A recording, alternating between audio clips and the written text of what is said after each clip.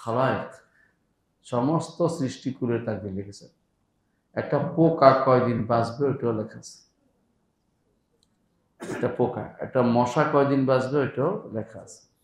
মাছ, ওইটাও লেখা আছে। পাখি, সেটাও লেখা আছে।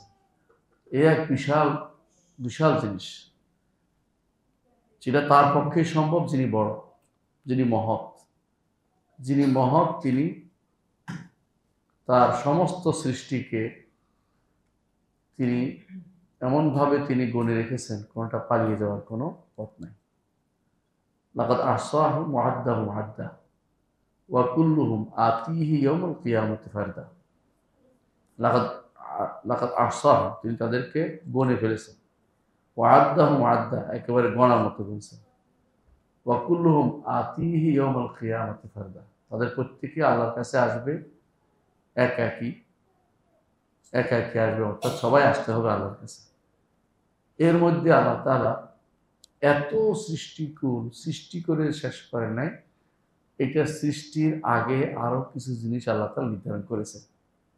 এই সবগুলি হচ্ছে এর আগে, সৃষ্টির আগে আরো 3টা ধাপ অতিক্রম করেছে। 1 নম্বর ধাপ হচ্ছে আল্লাহ তাআলা সবকিছু জানেন, আল্লাহ তাআলা সবকিছু জানেন। 2য় ধাপ হচ্ছে আল্লাহ তাআলা সবকিছু লিখেছেন। 3য় ধাপ হচ্ছে আল্লাহ তাআলা সবকিছু হওয়া চান। 4র্থ হচ্ছে তিনি সৃষ্টি করেছেন। তাহলে 4টা ধাপ। এই 4টা ধাপ কিন্তু আমরা আমাদের সৃষ্টি হওয়ার আগেই আল্লাহ তাআলা নির্ধারণ করে রেখেছেন। এইটার নাম হচ্ছে তাকদীর। তাকদীর কাকে বলে? 4টি ধাপকে নির্ধারণ করেন। আল্লাহ জানেন, লিখেছেন, হওয়া চান, সৃষ্টি হয়। শুধু সৃষ্টি করেছেন মানুষ তা না, সৃষ্টিকুল তা না, সৃষ্টিকুলের আমলও লিখছেন। আমল বুঝছেন? আপনি কি করবেন, আমি কি করব, এটাও লিখে রাখছেন। আল্লাহু খালাকাকুম ওয়া মা তা'মালুন। আমলও সৃষ্টি করছে, মানুষও সৃষ্টি করেছে, মানুষের আমলও সৃষ্টি করেছেন। মানুষও নির্ধারণ করেছেন আসবে, জিনও আসবে নির্ধারণ করেছেন, ফেরেশতা আসবে নির্ধারণ করেছেন। প্রত্যেকটি সৃষ্টি আসবে আল্লাহর কাছে নির্ধারিত রয়েছে। এরপর আবার এগুলিকে তিনি তারপর সৃষ্টি করেছেন। সৃষ্টি করার পরে তাদের আমলটা কি সেটাও তিনি আগে থেকে নির্ধারণ করেছেন। আল্লাহ সৃষ্টি করেছেন, সৃষ্টির আমলও নির্ধারণ করেছেন। একটা পোকা কতক্ষণ উড়বে, কার গায়ে পড়বে, কারে কামড় দিবে, ওইটাও নির্ধারণ করেছেন। বুঝে আসছে কথাটা? কোনো কিছু নির্ধারণের বাইরে নেই। এটা হচ্ছে কাতাবাল্লাহু মাকাদির আল খালাইকি কাবলা আন ইয়াখলুকাস সামাওয়াতি ওয়াল আরদা বিখামসিনা আলফা সানা। সৃষ্টিকুলের তাকদীর আল্লাহ লিখেছেন সৃষ্টিকুল, আসমান এবং জমিন সৃষ্টির আগে। তাহলে এটা হলো তাকদীর আগে, তারপরে আসমান জমিন সৃষ্টি, তাই তো? আসমান জমিনের তাকদীরের মধ্যে প্রথম কোন সৃষ্টিটা? গত পর্ব আপনারা পড়ছেন, প্রথম হচ্ছে আরশ। এটা পড়েছেন, এটাই হচ্ছে ইবনে তাইমিয়ার মত, এটা আমরা উল্লেখ করেছি। এর বাইরে কোনো বর্ণনা দেখা যায় পানির কথা বলা হয়েছে। এই দুইটা হচ্ছে আউয়ালিয়া মুতলাকা বলে, অর্থাৎ এমন আউয়ালি, প্রথম জিনিস, যেটা কখনো এটাকে দ্বিতীয় বলা যাবে না কোনোভাবে। আলেমরা 3 নম্বরে, বেশিরভাগ আলেম 3 নম্বরে কলমকে রাখছে, কিন্তু শেখুল আলবানী রহমতুল্লাহ আলাইহি কলমকে প্রথমে রাখছে।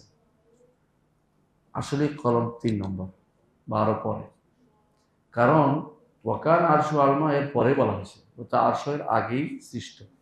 তো পানি আগে না আরশ আগে, এই নিয়ে মতভেদ হয়েছে মূলত। কলম যে পরে সৃষ্ট, এবার কোনো মতভেদ হয়নি। বুঝে আসছে? এখন প্রশ্ন হচ্ছে, কলম এবং মানুষ, কলম এবং আরশ কার সাথে সম্পৃক্ত? আল্লাহর সাথে। কলম আমাদের সাথে। এই জন্য আলেমরা বলেন যে আল্লাহর সাথে সম্পৃক্ত যেটা, সেটা আগে হয়েছে, আমাদের সাথে যেটা সম্পৃক্ত এটা পরে হয়েছে। বুঝতে পারছেন? মানে আল্লাহ তাআলা আরশটা আগে সৃষ্টি করেছেন, সেটা পানিও আগে হতে পারে, যেমন ইমাম বদরুদ্দিন আইনি বলেছেন। আর এটা কোনো হাদিসের কারণ, অনেকগুলো হাদিসে আসছে এরকম, হাদিসগুলো দুর্বল কেউ কেউ বলেছে, কিন্তু সহি হাদিসে আসছে কারণ আরশু আলাল মা, তার আরশ ছিল পানির উপরে। এখন আরশ আগে উল্লেখ করা হয়েছে, পানি পরে উল্লেখ করা হয়েছে, আর শুধু আলাল মা। কেউ বলে যে যেহেতু আলাল মা বলেছেন তাহলে পানি আগে থাকতে হবে।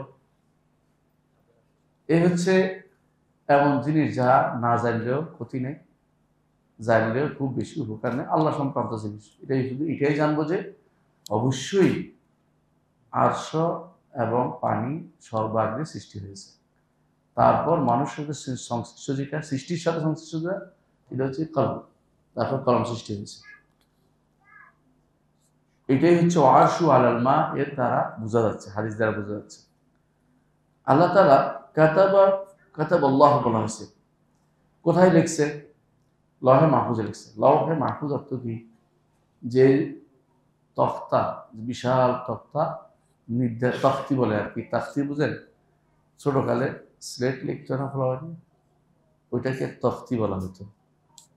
এই জন্য লৌহে মাহফুজ বলে আমরা বলি যে সংরক্ষিত তক্তা, মানে পলক যেটাকে বলে এখন। এটা এক সময় ওইটার মধ্যে বিরাট স্লেটের জন্য কালো করে বিষয় থাকতো একটা, যেটার মধ্যে লিখতো। আগেকার দিনে আলেমরা সেটা ওই বড় একটা নিয়ে আসতো, ওইটার মধ্যে লিখতো, লিখে নিয়ে বাসায় আবার লিখতো, ওইটার মধ্যে লিখতে সুবিধা এই জন্য ছিল। এখন আর কলম আসছে, কম্পিউটার হয়ে গেছে, সহজ হয়ে গেছে। তখন এটা টেনে বেড়াইতো, কাঁধের উপর করে নিয়ে আসতো, এখানে এসে লিখতো, এরকম ছিল। লহে লহে বলা হতো, লহ, যেটা তখতির মতো ছিল। আল্লাহটা তো আর আমরা জানি না, আমরা শুধু অর্থটা করতেছি। আল্লাহটা কত বড় আল্লাহ ছাড়া কেউ জানে না। তো এই আল্লাহ তাআলা তখন নির্দেশ কইছি, কাতাব আল্লাহু, আল্লাহ লিখছেন। আল্লাহ কি নিজে লিখছে? না, আল্লাহ লেখার নির্দেশ দিছে। কাকে নির্দেশ দিছে? কলমকে। কলম সেটা লিখছেন। কলম কি লিখছেন এটা হাদিসে আসছে, হাদিসে আসছে। আল্লাহ তাআলা কলম বলছেন উক্তুব, কলমা আক্তুব, লেখো। বলছে আমি কি লিখবো? উক্তুব মা কান ওয়া মা ইয়াকুন, যা হয়েছে এবং যা হবে সব লিখে দেব। যা হয়েছে এর অর্থ হলো তার আগেও সৃষ্টি হয়েছে, তার আগেও সৃষ্টি আছে। লিখবো কি? আল্লাহ সম্পর্কিত লেখার ক্ষমতা নাই তার। তো সৃষ্টি আগে যা ছিল পরে যা সব লিখবে। আরেকটা জিনিস আমাদের জানার দরকার, সেটা হচ্ছে আবু রাজিল আল ওকাইলি রাদিয়াল্লাহু আনহু যে হাদিসটি আসছে, ও হাদিস দ্বারা বোঝা যাচ্ছে প্রথম জিনাকা লিনাসআলা আন আউয়াল হাযাল আমর, আপনার কাছে আসছি জিজ্ঞাসা করতে এই এই এই বিষয়ের প্রথম জিনিসটা কি। এই বিষয় বলতে কোনটা বোঝাচ্ছে? যা দৃশ্যমান এই জগতের, এর আগে যে আল্লাহ কোনো কিছু সৃষ্টি করেননি এটা বোঝায় না। সুতরাং যখন কেউ বলে প্রথম সৃষ্টি হচ্ছে আরশ অথবা পানি, তখন এটাই বুঝতে হবে যে আরশ এবং পানি হচ্ছে আমাদের দৃশ্যমান যে বর্তমান জগৎ আছে, এই জগতের প্রথম সৃষ্টি। কিন্তু এইটা এই নয় যে আল্লাহ তাআলা এর আগে কোনো সৃষ্টি করেন না, এটা বলা যাবে না। পার্থক্য বুঝছেন? এই পার্থক্যটা মাথায় রাখতে হবে সবসময়। কারণ আল্লাহ তাআলা সবসময় স্রষ্টা ছিলেন, সবসময় স্রষ্টা ছিলেন। কি সৃষ্টি করেছেন আমাদের জানার নেই, কিন্তু তিনি সবসময় স্রষ্টা ছিলেন, এটা ইমান রাখতে হবে। আল্লাহ তাআলা তাকদীর লিখেছেন, মাকাদির আল খালায়েক। তো তাকদীর কি জিনিস? তাকদীর হচ্ছে যেমন নির্ধারণ করছে কি জীবন, মৃত্যু, রিজিক, এগুলি কর্মকাণ্ড সবই লিখেছেন। এগুলি নির্ধারণ করেছেন ততটুকু, তার যেটা তার হেকমতে, যার জন্য যতটুকু লেখা থাকে ততটুকু লিখেছেন। আপনার জন্য লিখেছেন টুপি বেঁধে আসবে, ওনার জন্য লিখছে টুপিওয়ালা আসবে, আমার জন্য লিখছে কাপড় মাথার মধ্যে সাদা পোশাক একটা দিয়ে আসবো। আল্লাহ তাআলা লিখছেন, কিন্তু ছোটখাটো কিছু বাদ দেননি। কুল্লু সাগীরিন ওয়া কাবীরিন মুস্তাতার, সব কিছু লেখা অনুসার হচ্ছে। আল্লাহর যে বাজেট, সর্বব্যাপী বাজেট, সেটার থেকে কিছু বাদ যায়নি, এটা অনুসারে সবকিছু হচ্ছে। এটা কখন হয়েছে? 50,000 বছর আগে। কিরকম 50,000 বছর আগে? কিরকম? আমাদের জানা 50,000, এটা হতে পারে।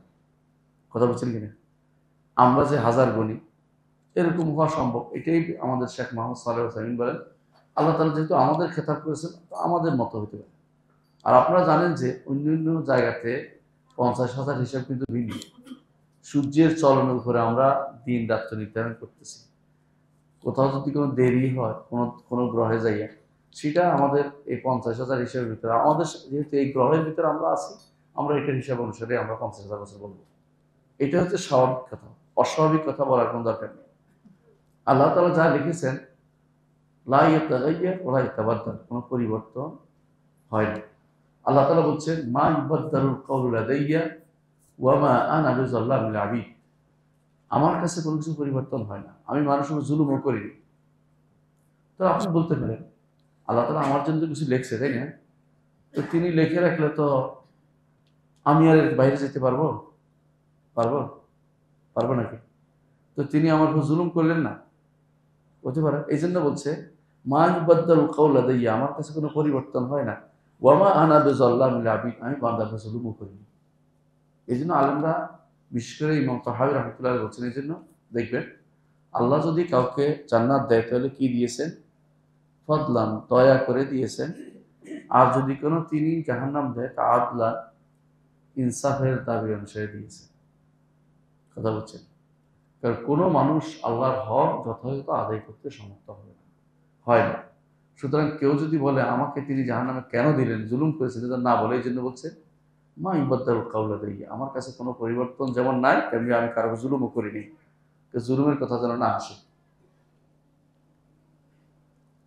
এটা আমরা আলোচনা করব। তার আগে বলতে চাচ্ছি যে এখন এই জন্য আপনি আমি যে যা করব এটার বিপরীতটা চিন্তা করার সুযোগ নেই। এই জন্য রাসূলুল্লাহ সাল্লাল্লাহু আলাইহি ওয়াসাল্লাম যদি বলতে নিষেধ করেছেন, বুঝছেন কিনা?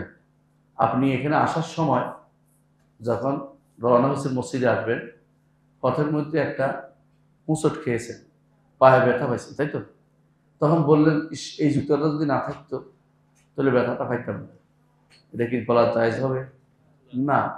কি বলবেন? কাদ্দারাল্লাহু ওয়া মা শাআ ফাআল, এটা বলবেন। কারণ যদিতে আপনার অন্তরের মধ্যে কি হবে? আফসোস তৈরি হবে, কোনো লাভ কিছু হবে না, লাভ কিছু হবে না।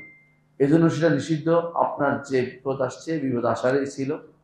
আপনার যে নেয়ামত আসছে সেটা আসারই ছিল। এটা কোনদিন অন্যদিকে চলে যাবে না, আরেকজনের দিকে চলে যাবে না। এই নেয়ামত অন্যদিকে চলে যাবে না, এটা আমাদের সবসময় মাথা রাখতে হবে। আচ্ছা, বলছে কাবলা আরশু আলাল মা, আরশুহু আলাল মা। আমরা বলেছেন প্রথম সৃষ্টি হচ্ছে আরশ অথবা পানি, দুই মত। আরশটাকে আমরা প্রাধান্য দিই। আরশ কি জিনিস? আমাদের দেশে একটা গোষ্ঠী আছে যারা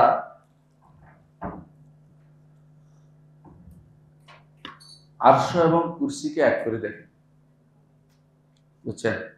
আবার আরেক গোষ্ঠী আছে কুরসিকে আরশের উপরে মনে করে, দুটাই ভুল। আরেক গোষ্ঠী আছে কুরসি বলতে শুধু আইল্যান্ড বুঝে, জ্ঞান, আল্লাহর জ্ঞান, বুঝেন? আমাদের দেশে এই কুরসি বলতে আইল্যান্ড যারা বলে এদের সংখ্যা বেশি। হাজার হাজার মাদ্রাসা আছে, হাজার হাজার মাদ্রাসা। বিশেষ করে মাতুরিদিরা বলে এটা, আশারি মাতুরিদিরা কুরসিকে আলাদা কোনো সৃষ্টি মনে করে না। এইটা আকীদাগত বিরাট ভুল। কোরআনের অনুবাদে লিখলেও ভুল লিখছে, ভুল অনুবাদ করেছে। তাহলে আরশ আর কুরসি হচ্ছে আলাদা সৃষ্টি, আরশ আলাদা সৃষ্টি। এবং আরশ বিশাল, বিশাল। আরশের কিছু গুণ আমরা কোরআন হাদিসে পাই। আমার রহমান আরশে উঠেছেন, সেখানে আরশের কিছু বর্ণনা আসছে, পড়ে দেখবেন, বিশাল বর্ণনা। আজকে কয়েকটা বলবো যেখানে আমরা জানি। একটা হচ্ছে আরশ হচ্ছে সৃষ্টির মধ্যে, আরশ হচ্ছে যার উপরে রব্বুল আলামিন রয়েছে। আল্লাহ কোথায় আছেন? আরশের উপরে। মুখস্থ থাকতে হবে এটা। এটাকে কোনোদিন পরিবর্তনযোগ্য জিনিস নয়। এই শব্দটি আল্লাহ আরশের উপর রয়েছেন, এটা আমাদের দেশে অমুক বিন তমুকেরা সারাদিন লেগে থাকে আহলুস সুন্নাত জামাতের বিরুদ্ধে, সালাফিদের বিরুদ্ধে। ওরা যে বই লিখছে বুনিয়াদি আকিদা, এটা হচ্ছে বুনিয়াদি জাহমি আকিদা। জাহমিয়াদের, অর্থাৎ এটা কুফরি আকিদা ছাড়া কিছুই না। আগার পড়া কুফরি আকিদা বলে, এটা পড়লে ইমান চলে যাবে তাড়াতাড়ি। কোরআন সুন্নাহর বিরোধী কথাবার্তা। ওরা এটাকে কোনোভাবেই আল্লাহ আরশের উপর মানতে রাজি নেই। আল্লাহ বলছে তারা আল্লাহ আরশের উপরে, ওরা বলছে না আল্লাহ আরশের উপর না। কেন বলে? আরশের উপর হইলে আরশের প্রতি তিনি মুখাপেক্ষী হয়ে যাচ্ছে, এইটাই তাদের কথা। আমরা কি বলি আসমান জমিনের উপরে, তাই বলে কি আসমান কি জমিনের মুখাপেক্ষী? সূর্য আমাদের উপরে, সূর্য কি আমাদের মুখাপেক্ষী? তাহলে এটা হচ্ছে ভুল অথবা ইচ্ছা করে অপব্যাখ্যা করা, এর বাইরে আর কিছু না। তাহলে আরশ হচ্ছে আরশের উপর রব্বুল আলামিন, আরশ হচ্ছে সর্বোচ্চ সৃষ্টি, সর্বোচ্চ সৃষ্টি। আর আরশ হচ্ছে সবচেয়ে বড় সৃষ্টি, উঁচু এবং বড়, সর্বোচ্চ সৃষ্টি এবং সবচেয়ে বড় সৃষ্টি। আরশের তুলনায়, আমরা পড়াইছিলাম আপনাদের মনে আছে, আরশের তুলনায় কুরসি হচ্ছে সামনে ফেলে রাখা একটা অংশ, যা একটা আংটির মতো পড়ে আছে, আংটার মতো। আর কুরসির ভিতরে আসমান জমিন হচ্ছে 7টা মুদ্রার মতো। আসমান জমিন আমরা সহ আমাদের উপরে আসমান পর্যন্ত যতগুলো এখন আবিষ্কার হচ্ছে, এগুলি আসমান জমিনের মাঝখানে। এইগুলি সবগুলি কিন্তু কুরসির ভিতরে 7টা মুদ্রার মতো। তাহলে আল্লাহর আজমত কি আমাদের কাছে প্রকাশ পাচ্ছে না? আল্লাহর মহত্ব, আল্লাহর বড়ত্ব কি আমাদের কাছে প্রকাশ পায় না? অবশ্যই প্রকাশ পায়। এই আরশের কি আছে? হ্যাঁ, পায়া আছে। কয়টি পায়া আছে? কয়টি পায়া আছে?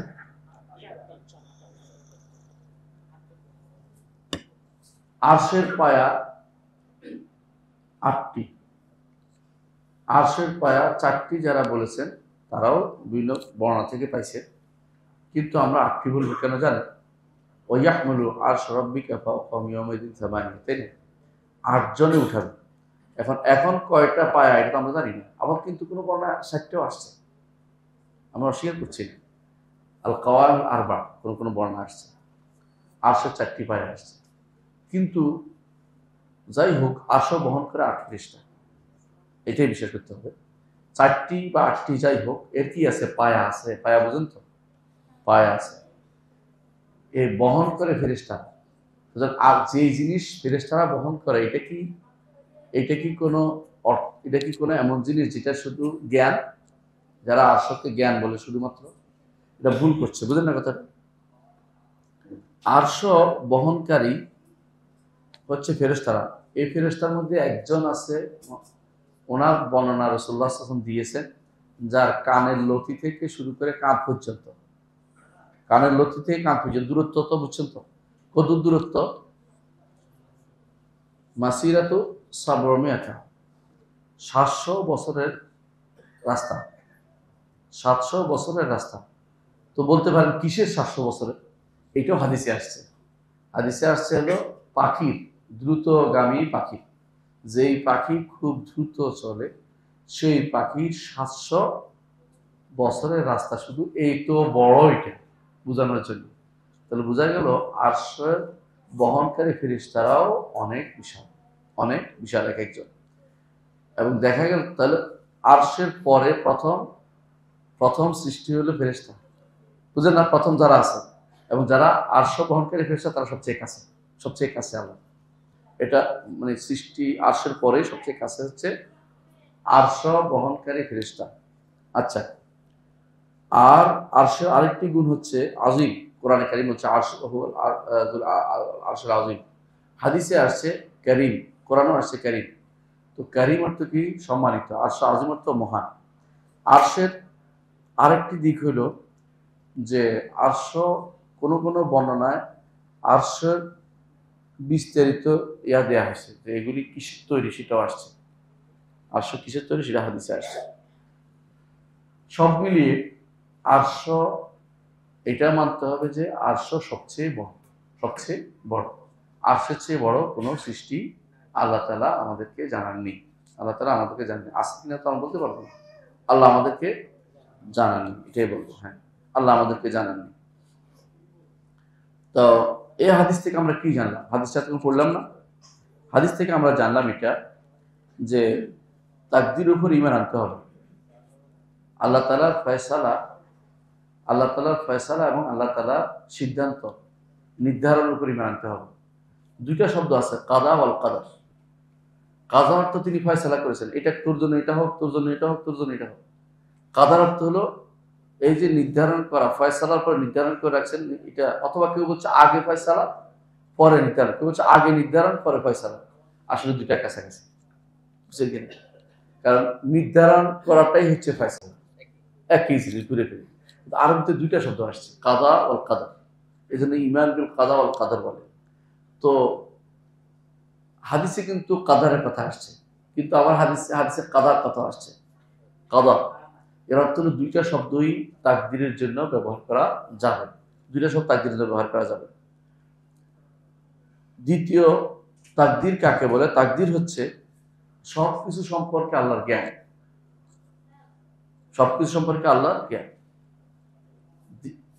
আল্লাহর জ্ঞান এটাই কি তাকদির? না, সবকিছু সম্পর্কে আল্লাহর যে জ্ঞান, এইটা আবার এইটার মধ্যে থেকে যা ইচ্ছা তিনি লেখার ব্যবস্থা করেছেন, সব লেখা নেই, সবকিছু লেখা না, যা তিনি ইচ্ছা করেছেন সেটাকে লিখতে বলেছেন, বুঝছেন? যা তিনি ইচ্ছা করেছেন সেটা লিখতে তিনি লেখাই নিয়েছেন।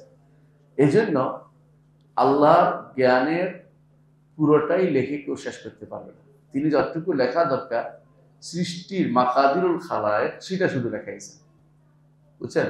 সৃষ্টির তাকদীরের অংশ লেখা হয়েছে, সৃষ্টির ফয়সালার অংশ লেখা হয়েছে। আচ্ছা, 3 নম্বর, তিনি এটা চান যে এটা সৃষ্টি হোক, এটা কার্যে আসুক, সেটা তিনি চান। 4 নম্বর হচ্ছে তিনি সেটা সৃষ্টি করেন। এই 4টি স্তর মিলে হচ্ছে কাদার পরিচয়। যদি কোনো কেউ বলে তাকদীর কি জিনিস, বলবেন যে আল্লাহর ইলম, আল্লাহর লেখা, আল্লাহর চাওয়া, আল্লাহর সৃষ্টি, এটা হচ্ছে তাকদীর। সহজে উত্তর দিতে পারবেন। আল্লাহ ইমান, তাকদীর উপর ইমান বিষয়টা কি জিনিস? তাকদীর উপর ইমান আনলে কি লাভ? ইমান লাভ হচ্ছে যে যখনই আমি জানবো যে আমার সৃষ্টি নয়, শুধু সৃষ্টিকুলের সৃষ্টি আগে আল্লাহ তাআলা আমার কি হবে না হবে সব লিখে রেখেছেন, সেখানে কোনো পরিবর্তন নাই। তাহলে আমি কি করব? যখনই এরকম কোনো সমস্যা দেখবো, বিপদ দেখবো, তো কি করব? মেনে নিব যে আল্লাহ তাআলা এটা আমার জন্য লিখেছেন, দে দাও। আমি হাফ ইতিস করবো না, ইস কেন মাছটা চলে গেল, মাছটা আমি পাবো না, ওটাই সত্য কথা। হ্যাঁ, ইস এই বড় ব্যবসায় আমি কেন লস খাইলাম, লস এটা আপনি খাবেন, এটা লেখা আছে, আপনি বলবেন কাদ্দার আল্লাহ ও মা শা ফাআল। তবে গুনাহ হলে এটা বলবেন না। গুনাহ হলে কি বলবেন? গুনাহ হলে বলবেন আস্তাগফিরুল্লাহ, আল্লাহ আমি, আল্লাহর উপরে দোষটা দিবেন না, বলবেন আল্লাহ আমি গুনাহ করেছি। কারণ গুনার কারণ আপনার কাছে আছে, কোনো একটা কারণ আপনি করেছেন, এই কারণে গুনাহটা হয়েছে। এই জন্য আল্লাহর উপর তখন দোষ দিতে পারবেন না। ইবলিস গুনার কারণে আল্লাহকে দোষ দিছে,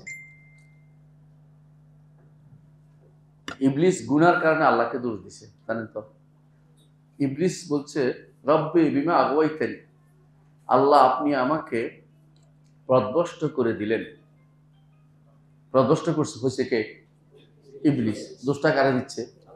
আল্লাহকে দিচ্ছে, বুঝলেন তো কথা? এই জন্য যারা এরকম অন্যায় করে বলে যে আল্লাহ না করলে কি আমি করছি নাকি, আল্লাহ না লিখলে, এরা কার অনুসরণ করে? ইবলিসের অনুসরণ করছে, ইবলিসের অনুসরণ করে। এরা বলে কাদারিয়া ইবলিসিয়া, এরা ইবলিসের কাছে। তাহলে বোঝা গেল যে এই যেটা বলতে চাচ্ছিলাম, যে যখন ইমানদারের দুইটা অবস্থা হয়, কখনো ভালো পায় তখন আল্লাহ শুকরিয়া আদায় করে, খারাপ পাইলে দুটো অবস্থা হয়। একটা হচ্ছে কি, একটা হচ্ছে বিপদ। বিপদ হলে কি বলবে? কদ্দার আল্লাহ ও মা শা ফাআল, এটাই আল্লাহ লিখছেন, আল্লাহ যা ইচ্ছা তাই লিখেছেন। আর যদি গুনাহ হয় তখন বলবে রব্বানা যালামনা আনফুসানা, যেটা করেছে কে? আদম আলাইহিস সালাতু ওয়াস সালাম। দুইজনেই কিন্তু আল্লাহর সৃষ্টি। একজন বলেছেন রব্বানা যালামনা, আল্লাহ এটা বলেন না যে আল্লাহ গাছটা ওখানে কেন রাখলেন, এটা বলেন আল্লাহ আপনি তো আমাকে জান্নাত থেকে বের করে দিলেন, এটা বলেন। দোষটা আল্লাহর উপর দেয়নি, বলছে হ্যাঁ যালামনা আনফুসানা, নফসের উপর জুলুম করেছি। তো তাকদীরের ক্ষেত্রে এটা খুবই জরুরি জিনিস। এগুলি হচ্ছে রুবুবিয়তের অংশ। কিসের অংশ? কি শুনতে অসুবিধা হচ্ছে? এটা হচ্ছে কিসের অংশ? ঠিকই তো ছিল।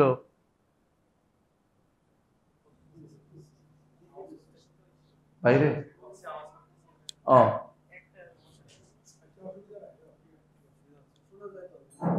শোনা যাচ্ছে না?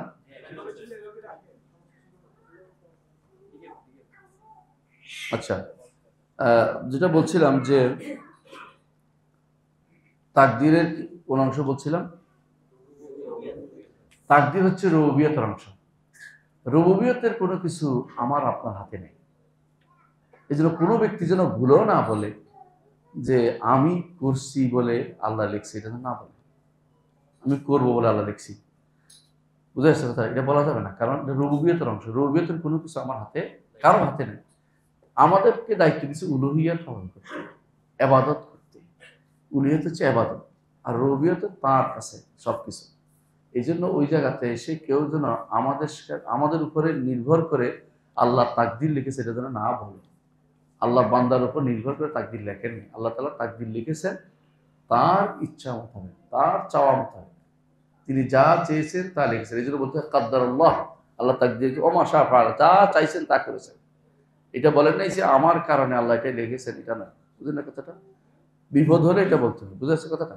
তাহলে বোঝা গেল যে আর গুনার কাজ কেন হয়? গুনার কাজ হয় যখন মানুষ শরীয়ত লঙ্ঘন করে। আর গুনাহটা হচ্ছে উলুহিয়ত। এই জন্য তখন ইস্তেগফার করতে হয় যে আমার ভুল হচ্ছে, আমি শরীয়ত মানি নাই কেন। কিন্তু যেটা আল্লাহর পক্ষ থেকে যেটা রুবুবিয়ত, ওখানে আপনাকে বলতে হবে আল্লাহ যা ইচ্ছা তা লিখেছে, আমার কিছু করার নাই, মেনে নিলাম। তাহলে একজন মানুষ তাকদীর উপরে ঈমান আনলে তার দুইটা জিনিস হবে। এক নম্বর হচ্ছে সে সন্তুষ্ট থাকবে যে সর্ব অবস্থায়, এটাকে বলে রেদা বিল কাদা, ফয়সালা, আল্লাহর ফয়সালার উপরে সন্তুষ্ট থাকবে। আর একটা জিনিস হচ্ছে সে মেনে নিবে যে ঠিক আছে এটাই আমার। একজন মানুষ কিন্তু বিপদটা শেষে মেনেই নেই, দেরি হলে একসময় কিন্তু মেনে নেয়, কিন্তু প্রথমবারে মানাটাই হচ্ছে সবর। আর সবর আন্দা সদমাতিল উলা, রাসূলুল্লাহ সাল্লাল্লাহু আলাইহি ওয়াসাল্লাম শিখিয়ে দিয়েছেন যে প্রথম চোটে মানতে হবে। শেষে কিন্তু অনেকেই মানে, প্রথম বিলাপ করতে করতে একসময় শরীরের শক্তি হীন হয়ে গেলে এখন আর কি করবো, আল্লাহ তো আগে কোথায় ছিল, আগে তো এটা মানার দরকার ছিল। আচ্ছা, এ হচ্ছে একটি শিক্ষা আমরা পেলাম। আরেকটি শিক্ষা হচ্ছে আমরা জানলাম যে আল্লাহর আরশ পানির উপর ছিল, এটা আমরা আগে জেনেছি। এই হাদিস থেকে আমরা এই শিক্ষাগুলো নিলাম। এখানে কয়েকটা জিনিস আলোচ্য বিষয়। এক নম্বর হচ্ছে তাকদীরের বিষয়টা। তাকদীর কয় স্তরে এসে আমাদের কাছ পর্যন্ত পৌঁছে? চারটা। চারটা, চারটা বিশুদ্ধ মতে চারটা। কেউ কেউ পাঁচটা বলেছেন, আমরা চারটাই বলি। পাঁচটা বলেছেন, এটা পরে বলছে। আগে প্রথমটা হচ্ছে যেটা সর্বব্যাপী, সর্বব্যাপী যেটা ছিল, এটা কোনোভাবেই এটা কোনোভাবেই আমাদেরকে জিজ্ঞাসা করে করা হয়নি। আমরা ছিলাম না তখন। 50,000 বছর আগে যেটা আমরা আজকে হাদিসের মধ্যে আসছে, এটা সব কিছুর আগে হয়েছে। এবং এটা এমন এক তাকদীর যে তাকদীরে কোনো কিছু বাদ যায় নাই। ছোট বড় কুল্লু সগীরিন ওয়া কাবীর মুস্তাতা সব কিছু লেখা হয়েছে। দ্বিতীয়টা হচ্ছে জীবনব্যাপী। জীবনব্যাপী যে তাকদীর, সেটা লেখা হয় মানুষের মায়ের পেটে থাকতে। তখন চারটা জিনিস লেখা হয় প্রত্যেকের জন্য: রিজকুহু ও আজালুহু ও আমালুহু। রিজিক কি, আজাল কতদিন বাঁচবে, এবং কি আমল করবে। আরেকটা রয়েছে, এটা কি, সৌভাগ্যবান হবে না দুর্ভাগা হবে, অর্থাৎ ইমানদার হবে না কাফের হবে। বুঝে আসছে? এটা লেখা হয়ে যায় তখনই মায়ের পেটে থাকতে। এই লেখা আগের লেখার কি বিপরীত না। এটা হচ্ছে ব্যক্তির কি জীবনব্যাপী বাজেট, সারা জীবনের জন্য একটা বাজেট। তাহলে দ্বিতীয় নম্বর তাকদীর লেখা হচ্ছে। তৃতীয় নম্বরের তাকদীর হচ্ছে প্রতি বছর লাইলাতুল কদর লেখা হয়। এটার নাম হলো তাকদীর হাউলি বা তাকদীর সানাবি, বাৎসরিক একটা বাজেট। এইটাও আগের গুলোর সাথে মিলে। এইটাও আগে যেটা আল্লাহ তাআলা মায়ের পেটে থাকতে লেখাই দিয়েছে এবং যেটা 50,000 বছর আগে লিখেছেন, ওইটার সাথে মিলেই হবে। আল্লাহ তাআলার কোনো কিছু হযবরল নেই। বুঝে আসছে কথাটা? মানুষের কর্মকাণ্ড হযবরল না। আল্লাহ তাআলা সবকিছু সুশৃঙ্খলভাবে চলছে। সুশৃঙ্খলভাবে না চললে সূর্য একসময় হারিয়ে যেত, যে আমি চলে যাই একদিকে, অথবা পৃথিবী একদিকে ঘুরতে ঘুরতে বা চলতে চলতে একদিকে চলে যেত। কেউ ঘুরে অস্বীকার করে, আচ্ছা ঘুরে না, কিন্তু একদিকে চলে যেতে পারতো। আপনারা অন্য গ্রহে যাই দেখেন, পৃথিবীটা গোলক মনে হবে, অথবা এরকম মনে হবে লম্বা গোলক, যাই বলেন, আমার সমগোল এটা করে থাকে। কিন্তু প্রশ্ন হচ্ছে এইটা যে দেখবেন যে এটা কোনো কিছুর সাথে ঠেস নাই। আল্লাহ নিজে বলেছেন আসমান কোনো কিছুর সাথে ঠেস নেই, জমিনও কোনো কিছুর ঠেস নেই। পানিগুলো আছে এই জমিনের সাথে লাগানো, কিন্তু জমিন কোনো কিছু নিচে দিয়ে বা উপরে দিয়ে কোনো দিক দিয়ে কোনো কিছুর সাথে কি নাই, নাই। এইটা যে রেখে দিয়েছেন আল্লাহ তাআলা, সুশৃঙ্খলভাবে রাখছেন। ঠিকই 24 ঘন্টায় ঘুরে আসে, ঠিকই সালাতের ওয়াক্ত হচ্ছে, আবার বছরে ঘুরে আসতেছে, রমজান মাস আসতেছে, বুঝলেন তো, হজের মাস আসতেছে, তাহলে কিন্তু আপনি বুঝতে পারতেন না কোনো কিছু। এখন কোনো পরিবর্তন হয় না, সূর্যের একটু পরিবর্তন হয় না, জানেন। চাঁদেরও পরিবর্তন হয় তা বলছি না, কিন্তু আমরা দেখি না, মাঝে মধ্যে দেখি, মাঝে মধ্যে 2 দিন গায়েব থাকে অথবা 1 দিন গায়েব থাকে। 2 দিন গায়েব থাকলে মাস কত হয়, 29 হয় নাকি? হ্যাঁ, আর যদি কোনো 1 দিন গায়েব থাকে 30 হয়, বুঝছেন? তাহলে বোঝা গেল যে এই প্রত্যেকটা জিনিস আল্লাহ সুশৃঙ্খলভাবে পরিচালনা করতেছেন। এই সবগুলি বাৎসরিক বাজেটের, বাৎসরিক বছরে কিভাবে চলবে আল্লাহ তাআলা এই বছর কিভাবে চলবে নির্ধারণ করে দিয়েছেন। আর একটা হচ্ছে দৈনিক বাজেট। দৈনিক বাজেটটা কখন হয়? প্রতি রাত্রিতে, কুল্লা ইয়াউমিন হুয়া ফি শাআন। প্রতি রাত্রিতে আল্লাহ তাআলা আগামী দিন কি হবে, কে অসুস্থ হবে, কে সুস্থ হবে, কার সন্তান হবে, কে মারা যাবে, কে জীবিত থাকবে, এই সব কিছু আল্লাহ তাআলা গত রাত্রে আজকের দিনের জন্য বাজেট করেছেন। আজকের দিনের জন্য বাজেট করেছেন, এর অর্থ হচ্ছে এইটা প্রত্যেকটা জিনিস আমরা যে চলাফেরা করতেছি, আমাদের কোনো কিছু তার নিয়ন্ত্রণের বাইরে নয়। প্রত্যেকটা জিনিস তার নিয়ন্ত্রণে, আর কেউ এই নিয়ন্ত্রণ করতে পারে না। কোনো অলি আল্লাহ নয়, কোনো গাউস কুতুব না, কেউ এটা করতে পারে না। এখন মানুষ যদি কোনো মনে করে কোনো সৃষ্ট জীবকে যে তিনি নিয়ন্ত্রণ করতেছেন, হ্যাঁ, যেমন কি ধারণা করে গাউসের কি আছে, ক্ষমতা আছে উদ্ধার করার, অথবা কুতুবের ক্ষমতা আছে, তারা মিলে সিদ্ধান্ত নেয়, তাহলে তারা সব কাফের হয়ে যাবে এবং মুশরিক কাফের। কারণ এটা আল্লাহ তাআলা তার যে ফেল সেখানে হস্তক্ষেপ করা। আল্লাহর রুবুবিয়তের 2টা জিনিস আছে। কি কি জিনিস? একটা হচ্ছে সত্তা, একটা হচ্ছে কর্ম। রুবুবিয়তের 2টা জিনিস, একটা হচ্ছে তার সত্তা, একটা হচ্ছে কি কর্ম, বুঝছেন তো? আমরা সবাই আল্লাহর কর্ম। আসমান কি কর্ম, জমিন কর্ম, এ আরশ, কুরসি সবই কর্ম। আখিরাত তৈরি করা কর্ম, জান্নাত জাহান্নাম কর্ম, বুঝছেন তো? রাসূল প্রেরণ করা কর্ম। তাহলে আল্লাহর কর্মের পরিধি যদি আপনি অন্য কাউকে দেন, তাহলে আপনি শিরিক করলেন। বুঝে আসছে কথাটা? তো কোনো ব্যক্তি যদি মনে করে যে গাউস কুতুবে দুনিয়া পরিচালনা করতেছে, তাদের হাতে ক্ষমতা আছে, অথবা কোনো শাহজালাল এত বড় আল্লাহর ওলি, তিনি কি এমনি আছেন না, কিছু না কিছু আছেই, তাহলে তিনি কোন জায়গায় শিরিক করলেন? রুবুবিয়তে শিরিক করলেন। কারণ সেটা পরিচালনা, মানে তার পরিচালনা আপনি হাত দিয়েছেন। হাত দেওয়ার ক্ষমতা কারো করতে পারবে না, কারো কোনো সমস্যা সেখানে নেই। সূরা সাবার 22 এবং 23 নম্বর আয়াতে আল্লাহ তাআলা এই সত্যটি তুলে ধরেছেন। তিনি বলেছেন কি, কুলিদুল্লাযিনা জাআমতুম মিন দুনিল্লাহ, যাদেরকে তোমরা আল্লাহ ছাড়া অন্য কাউকে, যাদেরকে তোমরা আল্লাহ ছাড়া আরো মনে করো যে আরো কিছু আছে তোমাদের, হ্যাঁ, ওলি আল্লাহ বা গাউস কুতুব আছে, ওদর, তাদেরকে ডাকো। লা ইয়ামলিকুনা মিসকালা যারাতিন ফিস সামাওয়াতি ওয়ালা ফিল আরদ। দেখবে যে আসমান জমিনের কোনো কিছু রাই পরিমাণ জিনিস তারা মালিক না। কার মালিকানা কার? আল্লাহ, বুঝছেন তো? মালিকানা হচ্ছে আল্লাহ। তো ওমা লাহুম ফীহিমা মিন শিরকিন, মালিকও নাই, অংশীদারিত্ব নেই। আপনি ধরেন আমার এই চায়ের কাপের মালিক হতে পারে, অথবা বলেন চার কাপ কিনতে পয়সা ছিল না, দুজনে মিলে ভাগ করে কিনছি, তাও তো হতে পারে। আল্লাহ বলছে এইটাও না এটাও না, অর্থাৎ তুমি কি মালিকও নও, আবার তুমি অংশীদারও নও। অনেকে অংশীদারি ব্যবসা করে না, নিজে একাকী ব্যবসা করতে পারতো, অংশীদারি করতে পারে। আল্লাহ বলে এটাও না এটাও না। 3 নম্বর হচ্ছে, এটা হতে পারতো যে জগতের কারো আল্লাহর সাহায্য লাগবে, জগৎ পরিচালনার জন্য আর কি লাগবে?